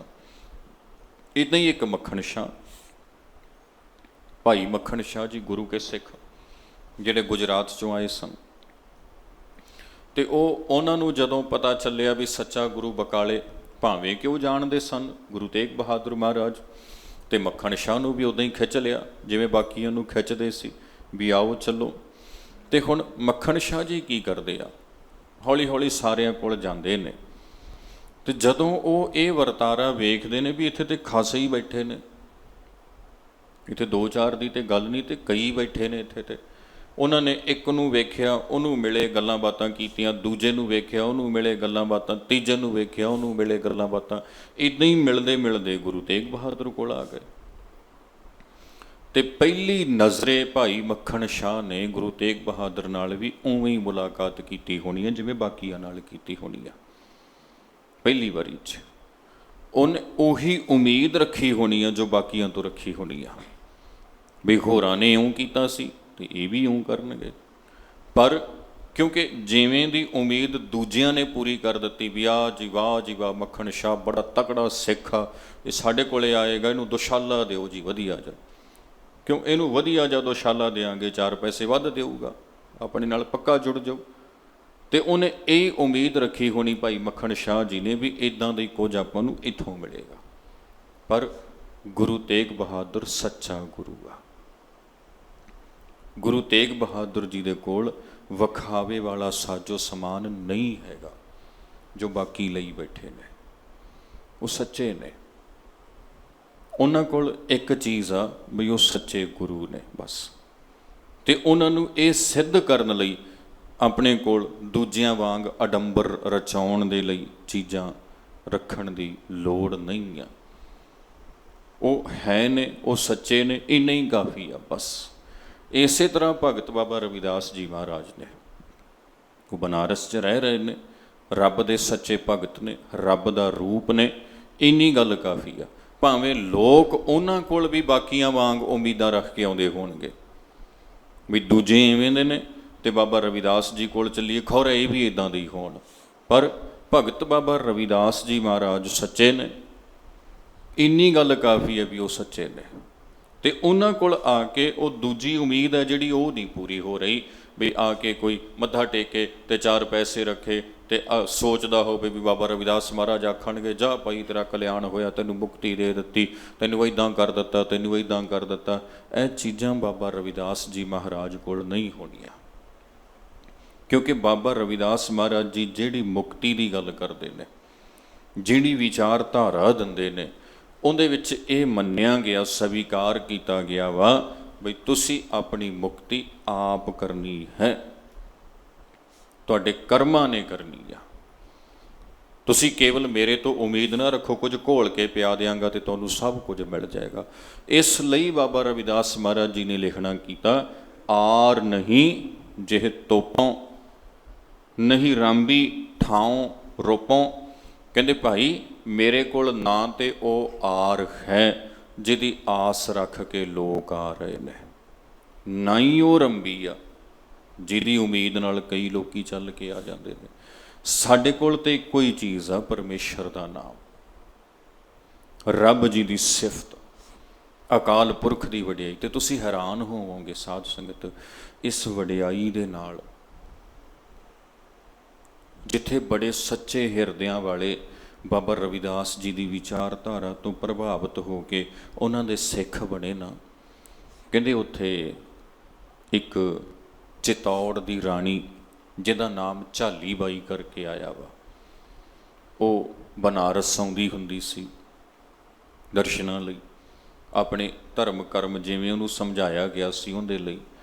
ਤੇ ਇੱਕ ਦਫਾ ਆਈ, ਬਾਬਾ ਰਵਿਦਾਸ ਮਹਾਰਾਜ ਜੀ ਦੀ ਉਸਤਤ ਸੁਣੀ, ਦਰਸ਼ਨ ਕੀਤੇ, ਸੰਗਤ ਕੀਤੀ, ਬਚਨ ਸੁਣੇ, ਤੇ ਸੁਣ ਕੇ ਉਹ ਤੇ ਹੈਰਾਨ ਹੀ ਰਹਿ ਗਈ ਬਈ ਇੱਥੇ ਤੇ ਖੇੜੇ ਕੋਈ ਹੋਰ ਵਰਤ ਰਹੀ ਆ, ਇੱਥੇ ਤੇ ਵਰਤਾਰਾ ਹੀ ਕੋਈ ਹੋਰ ਆ, ਇਹ ਤੇ ਸਾਰੀ ਕਹਾਣੀ ਉਹ ਦੂਜੀਆਂ ਥਾਵਾਂ ਤੋਂ ਬਿਲਕੁਲ ਵੱਖਰੀ ਆ। ਇੱਥੇ ਨਾਮ ਤੇਰੋ ਆਰਤੀ ਦੀ ਗੱਲ ਹੋ ਰਹੀ ਆ, ਇੱਥੇ ਨਾਮ ਤੇਰੋ ਦੀਵਾ ਦੀ ਗੱਲ ਹੋ ਰਹੀ ਆ, ਇੱਥੇ ਦੂਜੀਆਂ ਆਰਤੀਆਂ ਤੇ ਦੂਜੇ ਦੀਵਿਆਂ ਦੀ ਗੱਲ ਨਹੀਂ ਹੋ ਰਹੀ, ਇੱਥੇ ਹੋਰ ਫੁੱਲ ਵਰਖਾਉਣ ਦੀ ਗੱਲ ਨਹੀਂ ਹੋ ਰਹੀ, ਇੱਥੇ ਨਾਮ ਰੂਪੀ ਫੁੱਲ ਦੀ ਗੱਲ ਹੋ ਰਹੀ ਆ। ਇੱਥੇ ਬਿਲਕੁਲ ਹੀ ਵੱਖਰਾ ਮਾਹੌਲ ਆ ਬਾਕੀਆਂ ਥਾਵਾਂ ਤੋਂ। ਤੇ ਉਹ ਇੰਨੀ ਕੁ ਪ੍ਰਭਾਵਿਤ ਕੋਈ ਬਾਬਾ ਰਵਿਦਾਸ ਮਹਾਰਾਜ ਜੀ ਦੇ ਬਚਨ ਸੁਣੇ ਤੇ ਸੁਣ ਕੇ ਨਾ ਉਹਨਾਂ ਦੀ ਸਿੱਖ ਬਣ ਗਈ ਸਦਾ ਲਈ। ਉਹਨੇ ਬੇਨਤੀ ਕੀਤੀ, ਕਹਿੰਦੇ ਜੀ ਸਮਾਂ ਬਣਿਆ ਤੇ ਸਾਡੇ ਇਲਾਕੇ ਜ਼ਰੂਰ ਚਰਨ ਪਾਇਓ, ਆਇਓ, ਸਾਡੇ ਇਲਾਕੇ 'ਚ ਬੜੀ ਲੋੜ ਆ ਇਹ ਪ੍ਰਚਾਰ ਦੀ। ਲੋਕ ਕਿਸੇ ਹੋਰ ਹੀ ਪਾਸੇ ਤੁਰੇ ਫਿਰਦੇ ਨੇ, ਕਿਸੇ ਹੋਰ ਚੀਜ਼ ਨੂੰ ਹੀ ਧਰਮ ਸਮਝੀ ਬੈਠੇ ਨੇ। ਮੈਂ ਵੀ ਹੁਣ ਤੱਕ ਉਲਝੀ ਪਈ ਸਾਂ, ਪਰ ਤੁਹਾਡੀ ਸੰਗਤ ਕਰਕੇ ਬਚਨ ਸੁਣ ਕੇ ਪਤਾ ਚੱਲਿਆ ਵੀ ਤੇ ਕਹਾਣੀਏ ਕੋਈ ਹੋਰ ਆ, ਇਹ ਤੇ ਖੇਡੇ ਕੋਈ ਹੋਰ ਆ। ਸੋ ਹੁਣ ਬਾਬਾ ਰਵਿਦਾਸ ਮਹਾਰਾਜ ਜੀ ਕਹਿਣ ਲੱਗੇ, ਭਾਈ ਉਹ ਚੀਜ਼ਾਂ ਜਿਨ੍ਹਾਂ ਦੀ ਉਮੀਦ ਲੋਕਾਂ ਨੇ ਰੱਖਣੀ ਕੀਤੀ, ਉਹ ਤੇ ਭਾਈ ਦੁਨੀਆਦਾਰਾਂ ਵਾਲੀਆਂ, ਉਹ ਵਿਖਾਵੇ ਵਾਲੀਆਂ, ਉਹ ਭਰਮਾਂ ਵਾਲੀਆਂ, ਉਹ ਤੇ ਸਾਡੇ ਕੋਲ ਨਹੀਂ ਹਨਗੀਆਂ। ਸਾਡੇ ਕੋਲ ਇੱਕੋ ਹੀ ਚੀਜ਼, ਪਰਮੇਸ਼ਰ ਦੀ ਸਿਫਤ, ਰੱਬ ਦੀ ਵਡਿਆਈ ਦੀ ਦਾਤ ਪਰਮੇਸ਼ਰ ਤੋਂ ਪ੍ਰਾਪਤ ਹੋਈ, ਉਹ ਸਾਡੇ ਕੋਲ ਹੈ। ਤੇ ਉਸੇ ਦੇ ਨਾਲ ਅਸੀਂ ਆਪਣੇ ਆਪ ਨੂੰ ਗੰਢਿਆ ਹੋਇਆ, ਤੇ ਉਸੇ ਦੇ ਨਾਲ ਅਸੀਂ ਬਾਕੀਆਂ ਦੀ ਪਰਮੇਸ਼ਰ ਦੇ ਦੁਆਰੇ ਗੰਢ ਪਾਉਂਦੇ ਹਾਂ। ਲੋਗ ਗੰਠ ਗੰਠ ਖਰਾ ਬੇਗੁਚਾ, ਹਉ ਬਿਨ ਗੰਠੇ ਜਾਏ ਪਹੁੰਚਾ। ਹੁਣ ਇੱਥੇ ਸਮਝੀ ਗੱਲ, ਇੱਥੇ ਆ ਕੇ ਕਲੀਅਰ ਹੋ ਗਈ, ਸਾਰੀ ਗੱਲ ਸਪਸ਼ਟ ਹੋ ਗਈ। ਮਹਾਰਾਜ ਬਾਬਾ ਰਵਿਦਾਸ ਜੀ ਕਹਿਣ ਲੱਗੇ, ਲੋਕ ਗੰਠ ਗੰਠ ਖਰਾ ਬਿਗੂਚਾ। ਕਹਿੰਦੇ ਭਾਈ ਇਹ ਜਿਹੜੇ ਲੋਕ ਨੇ ਨਾ ਦੁਨਿਆਵੀ, ਇਹ ਆਪਣੇ ਆਪ ਨੂੰ ਗੰਢਾ ਗੰਢਾ ਕੇ, ਭੇਖਾਂ ਦੀ ਰਾਹੀਂ, ਦਿਸਦੇ ਹੋਏ ਕਰਮ ਕਾਂਡਾਂ ਦੀ ਰਾਹੀਂ ਆਪਣੇ ਆਪ ਨੂੰ ਉਹਨਾਂ 'ਚ ਗੰਢਾ ਗੰਢਾ ਕੇ ਖਰਾ ਬਿਗੂਚਾ। ਖਰਾ ਦਾ ਅਰਥ ਬਹੁਤ ਜ਼ਿਆਦਾ, ਬਿਗੂਚਾ ਦਾ ਅਰਥ ਖੱਜਲ ਹੋ ਰਹੇ ਨੇ, ਬਹੁਤ ਖੱਜਲ ਹੋ ਰਹੇ ਨੇ ਆਪਣੇ ਆਪ ਨੂੰ ਇਹਨਾਂ ਗੰਢਾਂ 'ਚ ਪਾ ਪਾ ਕੇ। ਕਰਮ ਕਾਂਡਾਂ ਦੀਆਂ ਜੋ ਗੰਢਾਂ ਨੇ ਨਾ, ਇਹਨਾਂ 'ਚ ਪਾ ਪਾ ਕੇ ਕਰਮ। ਤੇ ਹੁਣ ਸਾਧ ਸੰਗਤ ਇੱਥੇ ਬੇਨਤੀ ਨੂੰ ਸਮਝਣਾ, ਆਪ ਜੀ ਨੇ ਕਿਸੇ ਥਾਂ ਤੇ ਪਹੁੰਚਣਾ ਹੋਵੇ, ਮੰਨ ਲਓ ਮੰਜ਼ਿਲ ਦਾ ਪਤਾ ਵਾ ਵੀ ਕਿੱਥੇ ਪਹੁੰਚਣਾ, ਇੱਥੋਂ ਜਾਣਾ ਜਲੰਧਰ ਜਾਣਾ, ਮੰਨ ਲਓ ਵੀ ਉੱਥੇ ਪਹੁੰਚਣਾ ਵਾ, ਸ਼ਹਿਰ ਦਾ ਨਾਮ ਆਪ ਨੂੰ ਠਿਕਾਣਾ ਪਤਾ ਵਾ, ਰਸਤਾ ਨਹੀਂ ਪਤਾ ਕਿਹੜਾ ਜਾਂਦਾ ਹੈ ਨਾ, ਰਾਹ ਨਹੀਂ ਪਤਾ ਕਿੱਥੇ ਪਹੁੰਚਣਾ, ਉਹ ਟਿਕਾਣੇ ਦਾ ਪਤਾ। ਤੇ ਆਪ ਜੀ ਨੇ ਕਿਸੇ ਨੂੰ ਪੁੱਛ ਲਿਆ ਵੀ ਭਰਾਵਾ ਮੇਰੀ ਆ ਮੰਜ਼ਿਲ ਆ, ਮੈਂ ਇੱਥੇ ਪਹੁੰਚਣਾ ਤੇ ਮੈਨੂੰ ਰਾਹ ਪਾ ਦੇ। ਹੁਣ ਨਾ ਰਾਹ ਪਾਉਣ ਵਾਲੇ ਦੀ ਇਮਾਨਦਾਰੀ ਤੇ ਸਾਰੀ ਗੱਲ ਟਿਕ ਗਈ ਆ ਕੇ। ਜੇ ਤੇ ਉਹਨੂੰ ਵਾਕਈ ਰਸਤੇ ਦਾ ਪਤਾ, ਸਹੀ ਰਸਤੇ ਤੇ ਪਾ ਦਿੱਤਾ, ਤੁਸੀਂ ਸਹਿਜੇ ਵੀ ਤੁਰੋਗੇ ਤਾਂ ਵੀ ਮੰਜ਼ਿਲ ਦੇ ਨੇੜੇ ਹੁੰਦੇ ਹੁੰਦੇ ਪਹੁੰਚ ਜਾਓਗੇ। ਜੇ ਉਹਨੇ ਰਸਤਾ ਹੀ ਕੋਈ ਹੋਰ ਵਿਖਾ ਦਿੱਤਾ, ਕਿਸੇ ਹੋਰ ਰਾਹ ਤੇ ਪਾ ਦਿੱਤਾ, ਹੈ ਨਾ, ਤੇ ਜਚਾ ਦਿੱਤੀ ਗੱਲ ਵੀ ਆ ਵੇਖ ਇੰਨੇ ਲੋਕ ਕਮਲੇ ਥੋੜ੍ਹੀ ਨੇ ਜਿਹੜੇ ਇਸ ਰਾਹ ਤੇ ਤੁਰੇ ਜਾਂਦੇ ਨੇ। ਜਿਵੇਂ ਆਮ ਕਹਿ ਦਿੱਤਾ ਜਾਂਦਾ ਵੀ ਇੰਨੇ ਲੋਕ ਥੋੜ੍ਹੀ ਕਮਲੇ ਨੇ, ਕੋਈ ਇੱਕ ਹੋਊ, ਦੋ ਹੋਊ, ਇਸ ਰਾਹ ਤੇ ਤੁਰੇ, ਤੂੰ ਵੀ ਇਸ ਰਾਹ ਤੇ ਤੁਰ, ਤੂੰ ਪਹੁੰਚੇਗਾ। ਤੇ ਫਿਰ ਬੰਦਾ ਸ਼ਿੱਦਤ ਨਾਲ, ਕੋਈ ਲੋਟਣੀਆਂ ਖਾਂਦਾ ਜਾਂਦਾ, ਕੋਈ ਲੜਦਾ ਜਾਂਦਾ, ਕੋਈ ਕਿਵੇਂ ਜਾਂਦਾ, ਕੋਈ ਕਿਵੇਂ ਜਾਂਦਾ। ਉਹ ਕਹਿੰਦਾ ਮੈਂ ਪਹਿਲਾਂ ਪਹੁੰਚਾਂ, ਉਹ ਕਹਿੰਦਾ ਮੈਂ ਪਹਿਲਾਂ ਪਹੁੰਚਾਂ। ਪਰ ਚੇਤਾ ਰੱਖਣਾ, ਜੇ ਰਸਤਾ ਹੀ ਕੋਈ ਹੋਰ ਪਾ ਦਿੱਤਾ, ਜਿੰਨੀ ਮਰਜ਼ੀ ਸ਼ਰਧਾ ਨਾਲ ਤੁਰ ਲਿਓ, ਖਿਆਲ ਕਰਨਾ, ਜਿੰਨਾ ਮਰਜ਼ੀ ਜ਼ੋਰ ਲਾ ਕੇ ਤੁਰ ਲਿਓ, ਜਿੰਨੀ ਮਰਜ਼ੀ ਤਾਕਤ ਲਾ ਲਿਓ, ਜਿੰਨਾ ਮਰਜ਼ੀ ਭੱਜ ਲਿਓ, ਜੇ ਰਸਤਾ ਹੀ ਉਹ ਫੜ ਲਿਆ ਜਿਹੜਾ ਮੰਜ਼ਿਲ ਨੂੰ ਨਹੀਂ ਨਾ ਜਾਂਦਾ, ਤੇ ਮੰਜ਼ਿਲ 'ਤੇ ਨਹੀਂ ਪਹੁੰਚ ਸਕਦੇ, ਟਿਕਾਣੇ 'ਤੇ ਨਹੀਂ ਪਹੁੰਚ ਸਕਦੇ। ਬਸ ਇੱਦਾਂ ਹੀ ਹੋਇਆ ਧਰਮ ਦੀ ਦੁਨੀਆ 'ਚ। ਮੰਜ਼ਿਲ ਤੇ ਸਾਨੂੰ ਦੱਸੀ, ਪਤਾ ਸੀ ਪ੍ਰਭੂ ਮਿਲਾਪ, ਪਰ ਜਿਨ੍ਹਾਂ ਨੇ ਰਾਹ ਦੱਸਣਾ ਸੀ ਨਾ, ਉਹਨਾਂ ਨੇ ਰਾਹ ਹੋਰ ਦੱਸ ਦਿੱਤਾ ਕੋਈ। ਤੇ ਭਾਵਨਾ ਸੀ ਲੋਕਾਂ 'ਚ, ਭੋਲੇ ਲੋਕਾਂ 'ਚ, ਕਿਉਂਕਿ ਭੋਲੇ ਲੋਕਾਂ ਨੂੰ ਧਰਮ ਗ੍ਰੰਥਾਂ ਤੋਂ, ਸਿੱਖਿਆਵਾਂ ਤੋਂ ਦੂਰ ਰੱਖਿਆ ਗਿਆ। ਤੇ ਉਹਨਾਂ 'ਚ ਭਾਵਨਾ ਸੀ, ਸ਼ਰਧਾ ਸੀ, ਪ੍ਰੇਮ ਸੀ, ਚਾਹਤ ਸੀ ਵੀ ਅਸੀਂ ਪਹੁੰਚੀਏ, ਇੱਕ ਦੂਜੇ ਤੋਂ ਪਹਿਲਾਂ ਪਹੁੰਚੀਏ। ਉਹਨਾਂ ਨੂੰ ਰਸਤੇ ਹੋਰ ਦੱਸ ਦਿੱਤੇ ਗਏ, ਉਹ ਵਿਚਾਰੇ ਸਾਰੀ ਉਮਰ ਤੁਰਦੇ ਤੇ ਰਹੇ, ਯਤਨ ਤੇ ਕੀਤੇ, ਕੋਸ਼ਿਸ਼ ਤੇ ਕੀਤੀ, ਦੌੜੇ ਤੇ ਬੜੇ, ਕੋਈ ਕਿਵੇਂ ਕੋਈ ਕਿਵੇਂ, ਇੱਕ ਦੂਜੇ ਤੋਂ ਵੱਧ ਕੇ ਕਰਮ ਕੀਤਾ। ਪਰ ਅਖੀਰ ਜੇ ਉਹਨਾਂ ਨੂੰ ਪੁੱਛੋ ਨਾ, ਮੰਜ਼ਿਲ ਮਿਲ ਗਈ ਕਿ 100 ਦੇ ਵਿੱਚੋਂ 90 ਨੂੰ ਨਹੀਂ ਮਿਲੀ ਹੋਵੇ। ਹੋ ਸਕਦਾ ਮੈਂ ਵੀ ਅੰਕੜਾ ਘੱਟ ਗਿਆ ਹੋਵੇ, ਗਿਣਤੀ ਇਦੋਂ ਵੱਧ ਹੋਵੇ, ਨਹੀਂ ਮੰਜ਼ਿਲ ਮਿਲੀ ਹੋਣੀ। ਯਤਨ ਇੱਕ ਦੂਜੇ ਤੋਂ ਵੱਧ ਕੇ ਕਰ ਰਹੇ ਨੇ, ਕੋਸ਼ਿਸ਼ ਇੱਕ ਦੂਜੇ ਤੋਂ ਵੱਧ ਕੇ ਹੋ ਰਹੀ ਆ, ਇੱਕ ਦੂਸਰੇ ਤੋਂ ਵੱਧ ਕੇ। ਜੇ ਇੱਕ ਨੇ ਕਿਹਾ ਨਾ ਵੀ ਮੈਂ ਇੱਦਾਂ 4 ਦਿਨ ਭੋਜਨ ਛੱਡਿਆ, ਤੇ ਦੂਜਾ ਕਹਿੰਦਾ ਲੈ ਮੈਂ ਹਫ਼ਤੇ ਲਈ ਛੱਡਿਆ, ਤੀਜਾ ਕਹਿੰਦਾ ਮੈਂ 40 ਦਿਨਾਂ ਲਈ ਛੱਡਿਆ, ਚੌਥਾ ਕਹਿੰਦਾ ਮੈਂ ਇੰਨੇ ਦਿਨਾਂ ਲਈ, ਉਹ ਇੱਕ ਦੂਜੇ ਤੋਂ ਅੱਗੇ ਦੀ ਅੱਗੇ ਵਧਣ ਲੱਗ ਪਏ। ਪਰ ਰਾਹ ਇਹ ਨਹੀਂ ਸੀ ਪਰਮੇਸ਼ਰ ਨੂੰ ਮਿਲਣ ਦਾ, ਕਿਉਂਕਿ ਸਤਿਗੁਰ ਬਾਣੀ 'ਚ ਇਹ ਗੱਲ ਲਿਖਦੇ ਨੇ, ਤਜੈ ਅੰਨ ਨਾ ਮਿਲੈ ਗੋਪਾਲ। ਕਹਿੰਦੇ ਭਾਈ ਕਿਹਨੇ ਕਹਿ ਦਿੱਤਾ ਤੁਹਾਨੂੰ ਬਈ ਭੋਜਨ ਤਿਆਗ ਕੇ ਰੱਬ ਮਿਲ ਪੈਂਦਾ? ਤਜੈ ਅੰਨ ਨਾ ਮਿਲੈ ਗੋਪਾਲ। ਅੰਨ ਨੂੰ ਤਜ ਦੇਣ ਦੇ ਨਾਲ, ਛੱਡ ਦੇਣ ਦੇ ਨਾਲ ਰੱਬ ਨਹੀਂ ਮਿਲਦਾ ਹੈ, ਰੱਬ ਨਹੀਂ ਮਿਲਦਾ। ਕਿਹਨੇ ਕਹਿ ਦਿੱਤਾ ਵੀ ਜੇ ਪੈਰਾਂ 'ਚੋਂ ਜੁੱਤੀ ਕੱਢ ਕੇ ਨੰਗੇ ਪੈਰੀਂ ਤੁਰੀਏ ਆਪਾਂ, ਤੇ ਇੱਦਾਂ ਤੁਰਦੇ ਤੁਰਦੇ ਰੱਬ ਜੀ ਦੇ ਨੇੜੇ ਹੋ ਜਾਵਾਂਗੇ? ਕਿਹਨੇ ਇਹ ਭਰਮ ਪਾ ਦਿੱਤਾ? ਗੁਰੂ ਜੀ ਕਹਿੰਦੇ ਪੱਗ ਉੱਪੇ ਤਾਣਾ, ਆਪਣਾ ਕੀਆ ਕਮਾਣਾ। ਕਿਹਨੇ ਆਖ ਦਿੱਤਾ ਵੀ ਜੇ ਆ ਰੇਤਾ, ਸਵਾਹ, ਘੱਟਾ ਪਿੰਡੇ 'ਤੇ ਮਲ ਲਿਆ ਤੇ ਇਹਦੇ ਨਾਲ ਰੱਬ ਮਿਲ ਜਾਂਦਾ? ਅਲ ਮਲ ਖਾਈ ਸਿਰ ਛਾਈ ਪਾਈ। ਕਿਹਨੇ ਕਹਿ ਦਿੱਤਾ ਵੀ ਸਿਰ 'ਚ ਛਾਈ, ਛਾਰ, ਸਵਾਹ ਪਾ ਕੇ ਮਿਲ ਜਾਂਦਾ? ਕਿਹਨੇ ਤੋਰ ਦਿੱਤਾ ਤੁਹਾਨੂੰ ਇਸ ਰਾਹ 'ਤੇ? ਲਿਖਦੇ ਪਤਾ ਕੀ ਨੇ ਗੁਰੂ ਜੀ? ਗੁਰੂ ਨਾਨਕ ਕਹਿੰਦੇ ਮੂਰਖ ਅੰਧੇ ਪੱਤ ਗਵਾਈ। ਇਹ ਬਾਣੀ 'ਚ ਲਿਖਿਆ ਜੀ। ਆਸਾ ਕੀ ਵਾਰ 'ਚ ਰੋਜ਼ ਆਪ ਜੀ ਪੜ੍ਹਦੇ ਹੋ, ਪਾਠ ਕਰਦੇ ਹੋ। ਗੁਰੂ ਸਾਹਿਬ ਕਹਿੰਦੇ ਤੁਹਾਡੀ ਭਾਵਨਾ 'ਤੇ ਕੋਈ ਸ਼ੱਕ ਨਹੀਂ। ਜਦੋਂ ਗੁਰੂ ਨਾਨਕ ਦੇਵ ਮਹਾਰਾਜ ਜੀ ਗਏ ਹੋਣਗੇ ਨਾ ਹਰਿਦੁਆਰ, ਉੱਥੇ ਲੋਕਾਂ ਨੂੰ ਇੱਦਾਂ ਪਾਣੀ ਡੋਲਦਿਆਂ ਨੂੰ ਵੇਖਿਆ ਹੋਏਗਾ, ਗੁਰੂ ਸਾਹਿਬ ਨੇ ਕਿਹਾ ਹੋਣਾ ਵੀ ਤੁਹਾਡੀ ਭਾਵਨਾ 'ਤੇ ਕੋਈ ਸ਼ੱਕ ਨਹੀਂ, ਤੁਹਾਡੀ ਸ਼ਰਧਾ 'ਤੇ ਕੋਈ ਸ਼ੱਕ ਨਹੀਂ। ਤੁਹਾਡੇ ਅੰਦਰ ਇੰਨੀ ਜ਼ਿਆਦਾ ਸ਼ਰਧਾ ਹੈ, ਤਾਂ ਹੀ ਤਾਂ ਤੁਸੀਂ ਆਪਣਾ ਘਰ ਛੱਡ ਕੇ, ਤੁਸੀਂ ਆਪਣਾ ਕੰਮ ਛੱਡ ਕੇ, ਆਪਣਾ ਪਰਿਵਾਰ ਛੱਡ ਕੇ, ਲੰਮਾ ਸਫ਼ਰ ਤੈਅ ਕਰਕੇ ਇੱਥੇ ਤੱਕ ਆ ਗਏ ਹੋ। ਤੁਹਾਡੀ ਸ਼ਰਧਾ ਉੱਪਰ, ਭਾਵਨਾ 'ਤੇ ਕੋਈ ਸ਼ੱਕ ਨਹੀਂ ਹੈਗੀ। ਪਰ ਜਿਹੜਾ ਕਰਮ ਕਰ ਰਹੇ ਹੋ ਨਾ, ਇਹ ਨਹੀਂ ਠੀਕ। ਇੰਨੀ ਲਗਨ ਨਾਲ, ਇੰਨੀ ਭਾਵਨਾ ਨਾਲ ਜੇ ਸੱਚੇ ਦਿਲੋਂ ਪ੍ਰਭੂ ਮਿਲਾਪ ਦਾ ਕਰਮ ਕੀਤਾ ਹੁੰਦਾ, ਕਿਸ ਦਿਨ ਦਾ ਮਿਲ ਜਾਣਾ ਸੀ, ਕਦੋਂ ਦੀ ਉਹਦੀ ਪ੍ਰਾਪਤੀ ਹੋ ਜਾਣੀ ਸੀ। ਭਾਵਨਾ ਤੇ ਸ਼ੱਕ ਨਹੀਂ ਹੈ ਤੁਹਾਡੇ ਅੰਦਰ। ਕਿੱਡੀ ਵੱਡੀ ਭਾਵਨਾ ਸੀ ਬਾਬਾ ਅਮਰਦਾਸ ਜੀ ਦੇ ਅੰਦਰ। ਸਾਖੀਕਾਰਾਂ ਨੇ ਲਿਖਿਆ, ਕਹਿੰਦੇ ਨਾ ਉਹ 11 ਸਾਲ ਲਗਾਤਾਰ ਨਹਾਉਣ ਜਾਂਦੇ ਰਹੇ ਗੰਗਾ ਤੇ 1 ਸਾਲ 'ਚ ਕਹਿੰਦੇ 2 ਵਾਰੀ ਜਾਂਦੇ ਹੁੰਦੇ ਸੀ, 2 ਵਾਰੀ। ਹਰ ਵਿਸਾਖੀ ਦਾ ਨਹਾਉਣ ਕਰਨ ਤੇ ਹਰ ਕੱਤੇ ਦੀ ਪੂਰਨਮਾਸ਼ੀ ਦਾ ਨਹਾਉਣ ਕਰਨ,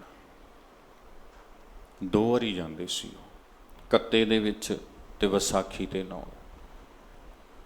ਤੇ ਉਹ ਕਿੰਨੇ ਨਹਾਉਣ ਕਰ ਚੁੱਕੇ ਹੋਣੇ ਆ।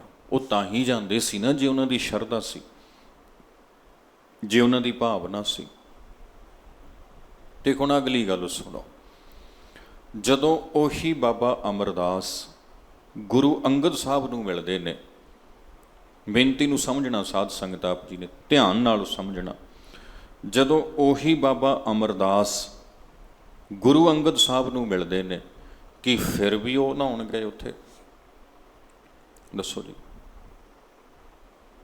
ਕਿ ਫਿਰ ਵੀ ਉਹਨਾਂ ਨੇ ਉਹੀ ਕਰਮ ਕੀਤੇ ਜਿਹੜੇ ਪਹਿਲਾਂ ਕਰਦੇ ਸੀ, ਜਾਂ ਉਹਨਾਂ ਦੇ ਕਰਮ ਟੋਟਲੀ ਬਦਲ ਚੁੱਕੇ ਸੀ? ਗੁਰੂ ਵਾਲਾ ਬਣ ਕੇ ਬਦਲੇ ਸੀ ਨਾ। ਭਾਈ ਲਹਿਣਾ ਜੀ ਦੇਵੀ ਪੂਜਦੇ ਸੀ, ਜਦੋਂ ਗੁਰੂ ਨਾਨਕ ਦੇ ਸਿੱਖ ਬਣੇ ਕਿ ਫਿਰ ਵੀ ਉਹ ਉਸੇ ਪਾਸੇ ਜਾਂਦੇ ਸੀ। ਜਦ ਬਿਲਕੁਲ ਉਹਨਾਂ ਦੇ ਜੀਵਨ ਦੇ ਕਰਮਾਂ 'ਚ ਤਬਦੀਲੀ ਆ ਗਈ ਸੀ, ਤਬਦੀਲੀ ਆਈ ਸੀ ਨਾ, ਤਦਈ ਤੇ ਗੁਰੂ ਦੇ ਰਾਹ ਤੇ ਚੱਲਦੇ ਹੋਏ ਗੁਰੂ 'ਚ ਅਭੇਦ ਹੋਏ। ਪਰ ਅੱਜ ਜਿਹੜੀ ਕਹਾਣੀ ਹੈ ਨਾ ਸਾਧ ਸੰਗਤ, ਉਹ ਥੋੜ੍ਹੀ ਬਦਲੀ ਹੋਈ ਆ। ਅੱਜ ਸਾਡੇ ਭਾਈ, ਸਾਡੀਆਂ ਭੈਣਾਂ, ਮਾਤਾਵਾਂ ਅੰਮ੍ਰਿਤ ਛਕ ਲੈਂਦੀਆਂ ਨੇ, ਭਾਈ ਛਕ ਲੈਂਦੇ ਨੇ, ਕਕਾਰ ਧਾਰਨ ਕਰ ਲੈਂਦੇ ਨੇ, ਬਾਣੀ ਵੀ ਪੜ੍ਹਦੇ ਨੇ। ਪਰ ਜਿਹੜੇ ਕਰਮਾਂ 'ਚ ਤਬਦੀਲੀ ਆਉਣੀ ਹੁੰਦੀ ਆ ਨਾ ਗੁਰੂ ਵਾਲਾ ਬਣ ਕੇ, ਜਿਹੜੀ ਤਬਦੀਲੀ ਬਾਬਾ ਅਮਰਦਾਸ ਜੀ ਦੇ ਕਰਮਾਂ 'ਚ ਆਈ, ਜਿਹੜੀ ਤਬਦੀਲੀ ਭਾਈ ਲਹਿਣਾ ਜੀ ਦੇ ਕਰਮਾਂ 'ਚ ਆਈ, ਉਹ ਤਬਦੀਲੀ ਨਹੀਂ ਆ ਪਾਉਂਦੀ। ਉਹ ਕਕਾਰ ਵੀ ਪਾ ਲੈਂਦੇ ਨੇ ਤੇ ਮੰਨੀ ਵੀ ਫਿਰ ਤੋਂ ਉਹਨਾਂ ਨੂੰ ਇਹ ਜਾਂਦੇ ਨੇ। ਇਹ ਤਾਂ ਕਹਿੰਦੇ ਜੀ ਸਾਲ ਬਾਅਦ ਸਾਡੇ ਵੱਡੇ ਵਡੇਰਿਆਂ ਦੇ ਜਾਣਾ ਹੀ ਹੁੰਦਾ। ਬਾਬਾ ਅਮਰਦਾਸ ਨੇ ਤੇ ਕਿਹਾ ਨਹੀਂ ਹੋਣਾ ਸ਼੍ਰੀ ਗੁਰੂ ਨਾਨਕ ਮਹਾਰਾਜ ਨੂੰ ਵੀ ਇਹ ਤਾਂ ਜੀ 6 ਮਹੀਨਿਆਂ ਬਾਅਦ ਤੇ ਨਹਾਉਣ ਜਾਣਾ ਹੁੰਦਾ, ਇਹ ਤੇ ਮੈਂ ਜਾਇਆ ਕਰੂੰਗਾ। ਇਹ ਤੇ ਸਾਲ ਬਾਅਦ ਬਾਬਾ ਜੀ ਮੈਂ ਤੇ ਮਨਸ਼ਾ ਦੇਵੀ ਦੇ ਜਾਣਾ ਜਥਾ ਲੈ ਕੇ ਪਿੰਡੋਂ, ਮੈਂ ਤੇ ਜਥੇ ਦਾ ਆਗੂ ਹਾਂ, ਮੈਂ ਤੇ ਜਥੇਦਾਰ ਹਾਂ ਸਾਡੇ ਜਥੇ ਦਾ, ਸਾਡੇ ਤੇ ਪਿੰਡੋਂ ਜਥਾ ਜਾਂਦਾ। ਭਾਈ ਲਹਿਣਾ ਜੀ ਕਿ ਜਾਂਦੇ ਰਹੇ ਕਿ ਉਹਨਾਂ ਦੇ ਕਰਮ ਬਦਲ ਗਏ ਸੀ। ਗੱਲ ਸਾਧ ਸੰਗਤ ਕਰਮਾਂ ਦੇ ਬਦਲਣ ਦੀ ਹੁੰਦੀ ਆ, ਜੀਵਨ ਜਾਂਚ ਵਿੱਚ ਤਬਦੀਲੀ ਲੈ ਕੇ ਆਉਣੀ ਹੈ। ਜਿਹੜਾ ਅੰਮ੍ਰਿਤ ਛਕਣਾ ਨਾ, ਅੰਮ੍ਰਿਤ ਛਕਣਾ ਖੰਡੇ ਕੀ ਪਾਹੁਲ, ਇਹ ਪੂਰਨ ਰੂਪ ਦੇ ਵਿੱਚ ਕਰਮਾਂ ਦੀ ਤਬਦੀਲੀ ਹੈ। ਕਰਮਾਂ ਦੀ ਤਬਦੀਲੀ, ਵਿਸ਼ਵਾਸ ਦੀ ਤਬਦੀਲੀ ਆ, ਮਨੌਤ ਦੀ, ਮੰਨਣ ਦੀ ਤਬਦੀਲੀ ਆ। ਤੇ ਜੇ ਇਹ ਤਬਦੀਲੀ ਅਸੀਂ ਗੁਰੂ ਮਰਿਆਦਾ, ਗੁਰੂ ਗ੍ਰੰਥ ਸਾਹਿਬ ਸੱਚੇ ਪਾਤਸ਼ਾਹ ਜੀ ਦੇ ਉਪਦੇਸ਼ਾਂ ਦੇ ਅਨੁਸਾਰ ਆਪਣੇ ਜੀਵਨ 'ਚ ਲੈ ਆਉਂਦੇ ਹਾਂ, ਇਹ ਤਬਦੀਲੀ ਆ ਜਾਂਦੀ ਆ ਸਾਡੇ ਜੀਵਨ 'ਚ, ਫਿਰ ਸਫਲ ਆ। ਤੇ ਜੇ ਤਬਦੀਲੀ ਹੀ ਨਾ ਆ ਸਕੀ, ਗੁਰੂ ਵਾਲਾ ਬਣਨ ਤੋਂ ਬਾਅਦ ਵੀ ਕਰਮ ਉਹੀ ਰਹੇ ਜਿਹੜੇ ਪਹਿਲਾਂ ਕਰਦੇ ਸੀ, ਜਾਂਦਾ ਉੱਥੇ ਹੀ ਰਿਹਾ ਜਿੱਥੇ ਪਹਿਲਾਂ ਜਾਂਦਾ ਸੀ, ਮੱਥੇ ਉੱਥੇ ਹੀ ਟੇਕਦੇ ਰਹੇ ਜਿੱਥੇ ਪਹਿਲਾਂ ਟਿਕਦੇ ਸੀ, ਉਂਝ ਗੁਰੂ ਵਾਲਾ ਬਣ ਗਿਆ।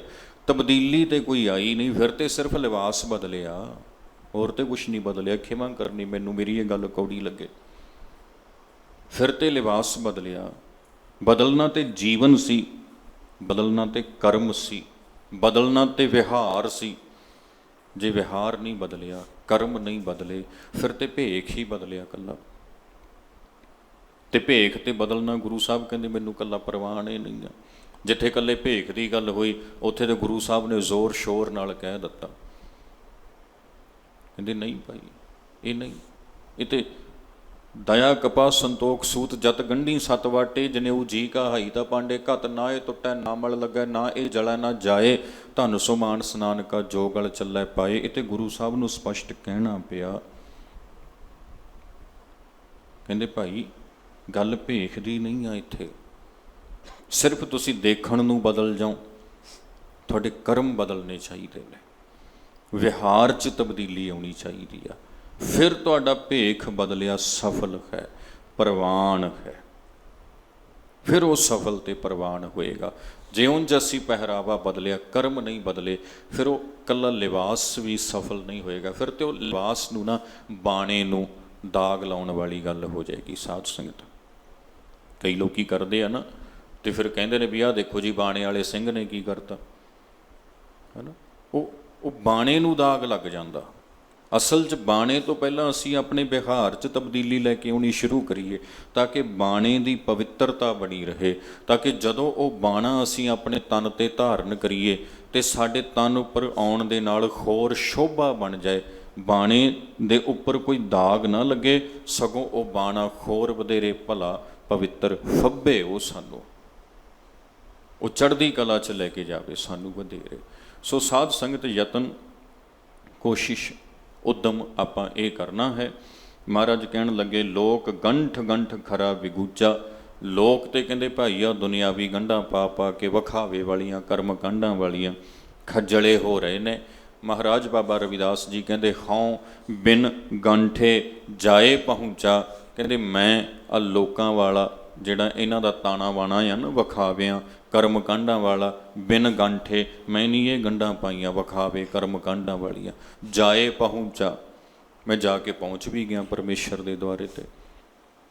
ਮਹਾਰਾਜ ਬਾਬਾ ਰਵਿਦਾਸ ਜੀ ਦਾ ਬਚਨ ਹੈ, ਫਿਰ ਤੋਂ ਸੁਣੋ, ਲੋਕ ਗੰਠ ਗੰਠ ਖਰਾ ਬਿਗੂਚਾ, ਭੇਖਾਂ ਦੇ ਵਿੱਚ ਆਪਣੇ ਆਪ ਨੂੰ ਪਾ ਪਾ ਕੇ ਲੋਕੀ ਖੱਜਲ ਹੋ ਰਹੇ ਨੇ। ਖੋਂ ਬਿਨ ਗੰਠੇ ਜਾਏ ਪਹੁੰਚਾ, ਮਹਾਰਾਜ ਬਾਬਾ ਰਵਿਦਾਸ ਜੀ ਕਹਿੰਦੇ ਮੈਂ ਇਹ ਲੋਕਾਂ ਵਾਲੀਆਂ ਗੰਢਾਂ ਪਾਉਣ ਤੋਂ ਬਿਨਾਂ ਹੀ ਜਾ ਕੇ ਰੱਬ ਜੀ ਕੋਲ ਪਹੁੰਚ ਗਿਆ ਖਾਂ, ਅਭੇਦ ਹੋ ਗਿਆ ਖਾਂ। ਸੋ ਇਉਂ ਦੱਸਿਆ ਹੈ ਅੰਤਲੇ ਪਦੇ ਵਿੱਚੋਂ ਆਪਣੀ ਗੱਲ ਦਾ ਨਿਰਣਾ ਦਿੰਦੇ ਹਨ।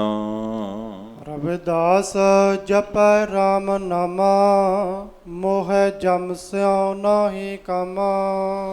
ਰਵਿਦਾਸ ਜਪੈ ਰਾਮ ਨਾਮਾ, ਮਹਾਰਾਜ ਬਾਬਾ ਰਵਿਦਾਸ ਜੀ ਕਹਿਣ ਲੱਗੇ ਭਾਈ ਅਸੀਂ ਤੇ ਕੇਵਲ ਪਰਮੇਸ਼ਰ ਦੇ ਨਾਮ ਨੂੰ, ਸਰਬ ਵਿਆਪਕ ਰਾਮ, ਉਹਦੇ ਨਾਮ ਨੂੰ ਜਪਦੇ ਹਾਂ। ਮੋਹੇ ਜਮ ਸਿਉ ਨਾਹੀ ਕਾਮਾ, ਤੇ ਹੁਣ ਸਾਨੂੰ ਆ ਜਿਹੜੇ ਜਮ ਜੰਦਾਰ ਦੱਸੇ ਜਾਂਦੇ ਨੇ, ਸਾਨੂੰ ਇਹਨਾਂ ਨਾਲ ਕੋਈ ਕੰਮ ਨਹੀਂ, ਕੋਈ ਵਾਹ ਨਹੀਂ, ਭਾਵ ਇਹਨਾਂ ਦਾ ਸਾਡੇ ਨਾਲ, ਸਾਡਾ ਇਹਨਾਂ ਨਾਲ, ਹੋਣਗੇ ਪਏ ਆਪਣੀ ਥਾਂ ਤੇ ਹੋਣਗੇ, ਸਾਨੂੰ ਕੋਈ ਡਰ ਹੀ ਨਹੀਂ, ਕੋਈ ਭੈ ਹੀ ਨਹੀਂ ਸਾਨੂੰ ਇਹਨਾਂ ਜਮਾਂ ਦਾ, ਹੈ ਨਾ। ਸਾਡਾ ਇਹਨਾਂ ਨਾਲ ਕੋਈ ਵਾਹ ਨਹੀਂ, ਕੋਈ ਸਰੋਕਾਰ ਨਹੀਂ, ਕਿਉਂਕਿ ਪਰਮੇਸ਼ਰ ਦੇ ਨਾਮ ਨਾਲ ਜੁੜ ਕੇ ਰੱਬ ਜੀ ਦੇ ਸਰੂਪ ਦੇ ਵਿੱਚ ਅਭੇਦ ਹੋ ਗਏ ਹਾਂ। ਸੋ ਹੁਣ ਇਹ ਜਮਾਂ ਜੰਦਾਰਾਂ ਵਾਲੀਆਂ ਇਹਨਾਂ ਗੱਲਾਂ ਤੋਂ ਪਰੇ ਹੋ ਗਏ ਹਾਂ, ਇਸ ਤੋਂ ਉੱਪਰ ਚਲੇ ਗਏ ਹਾਂ, ਜਮ ਜੰਦਾਰ ਨਾ ਆਵੇ ਨੇੜੇ। ਸੋ ਇਹ ਅਵਸਥਾ ਸਾਧ ਸੰਗਤ ਮਹਾਰਾਜ ਬਾਬਾ ਰਵਿਦਾਸ ਜੀ ਨੇ ਕਿਰਪਾ ਕਰਕੇ ਇਸ ਪਾਵਨ ਸ਼ਬਦ ਵਿੱਚੋਂ ਸਮਝਾਈ ਹੈ। ਯਤਨ ਕਰੀਏ ਭਾਈ ਜਿਹੜੀਆਂ ਕੇਵਲ ਭੇਖ ਦੀਆਂ ਗੱਲਾਂ ਨੇ ਉਹਨਾਂ ਦੇ ਵਿੱਚੋਂ ਆਪਾਂ ਨਿਕਲੀਏ, ਤੇ ਜੋ ਸੱਚ ਮਿਲਾਪ ਦੀ ਗੱਲ ਹੈ ਗੁਰਬਾਣੀ ਨੇ ਦ੍ਰਿੜ ਕਰਵਾਈ ਹੈ, ਉਹਨੂੰ ਆਪਾਂ ਆਪਣੇ ਜੀਵਨ 'ਚ ਧਾਰਨ ਕਰੀਏ।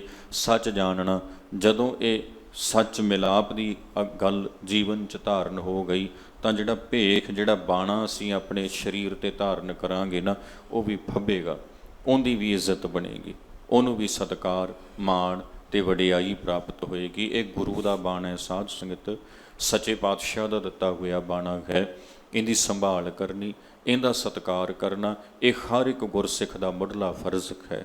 ਤੇ ਬਾਣੇ ਦੇ ਸਤਿਕਾਰ ਤੋਂ ਭਾਵ ਵੀ ਜਿਨ੍ਹਾਂ ਨੇ ਆਪਣੇ ਤਨ 'ਤੇ ਬਾਣਾ ਧਾਰਨ ਕੀਤਾ ਵਾ, ਆਪਾਂ ਆਪਣੇ ਮੁੱਢਲੇ ਕਰਮ ਉਹਨਾਂ ਨੂੰ ਪਛਾਣਨਾ ਕਰੀਏ। ਸਾਡਾ ਇੱਕ ਵੀ ਕਰਮ ਐਸਾ ਨਾ ਹੋਵੇ ਕਿ ਸਾਡੇ ਧਾਰਨ ਕੀਤੇ ਹੋਏ ਬਾਣੇ ਦੇ ਉੱਪਰ ਕਿਸੇ ਪ੍ਰਕਾਰ ਦਾ ਕੋਈ ਦਾਗ ਲੱਗਦਾ ਹੋਵੇ, ਉਹਦੇ ਫਿਰ ਦੋਸ਼ੀ, ਉਹਦੇ ਜ਼ਿੰਮੇਵਾਰ ਆਪਾਂ ਹੋਵਾਂਗੇ। ਸੋ ਮਨ ਦੀ ਰਹਿਤ ਵਿੱਚ ਤਬਦੀਲੀ ਆਉਣੀ ਸ਼ਬਦ ਦਾ ਮੁੱਖ ਵਿਸ਼ਾ ਹੈ। ਯਤਨ ਆਪਾਂ ਕਰਨਾ ਇਹ ਤਬਦੀਲੀ ਲੈ ਕੇ ਆਈਏ। ਸਮੇਂ ਨਾਲ ਬੇਨਤੀ ਨੂੰ ਇੱਥੇ ਸੰਕੋਚ ਦੇਖਾਂ, ਅਗਲਾ ਸ਼ਬਦ ਕੱਲ੍ਹ ਦੇ ਸਮੇਂ 'ਚ ਸਾਂਝਾ ਕਰਾਂਗੇ। ਸਤਿਗੁਰੂ ਮਿਹਰ ਕਰਨ, ਆਪ ਸਮੂਹ ਸਾਧ ਸੰਗਤ ਦੀ ਹਾਜ਼ਰੀ, ਚੱਲਿਆ ਹੋਇਆ ਕਦਮ ਕਦਮ ਲੇਖੇ ਲਾਉਣ। ਸਾਡੇ ਅਤੀ ਸਤਿਕਾਰਯੋਗ ਭਾਈ ਸਾਹਿਬ ਭਾਈ ਗੁਰਮੇਲ ਸਿੰਘ ਜੀ, ਹਜ਼ੂਰੀ ਰਾਗੀ ਗੁਰਦੁਆਰਾ ਗੁਰਸਾਗਰ ਮਸਤੂਆਣਾ ਸਾਹਿਬ, ਉਹਨਾਂ ਦਾ ਜਥਾ ਪਹੁੰਚ ਚੁੱਕਿਆ ਹੈ। ਆਪ ਸਿੱਖ ਸੰਗਤਾਂ ਨੂੰ ਗੁਰ ਸ਼ਬਦ ਕੀਰਤਨ ਦੇ ਨਾਲ ਜੋੜਨਗੇ। ਇਸੇ ਤਰ੍ਹਾਂ ਜੁੜ ਮਿਲ ਆਪ ਜੀ ਨੇ ਲਾਹੇ ਲੈਣੇ। ਗੁਰਮਤ ਵਿਚਾਰ ਦੀ ਸਾਂਝ ਪਾਉਂਦਿਆਂ ਹੋਈਆਂ ਬੇਅੰਤ ਭੁੱਲਾਂ ਲਈ ਖਿਮਾ ਕਰਨੀ ਜੀ। ਰਵਿਦਾਸ ਜਪੈ ਰਾਮ ਨਾਮ, ਮੋਹਿ ਜਮ ਸਿਉ ਨਾਹੀ ਕਮ। ਵਾਹਿਗੁਰੂ ਜੀ ਕਾ ਖਾਲਸਾ, ਵਾਹਿਗੁਰੂ ਜੀ ਕੀ ਫਤਿਹ।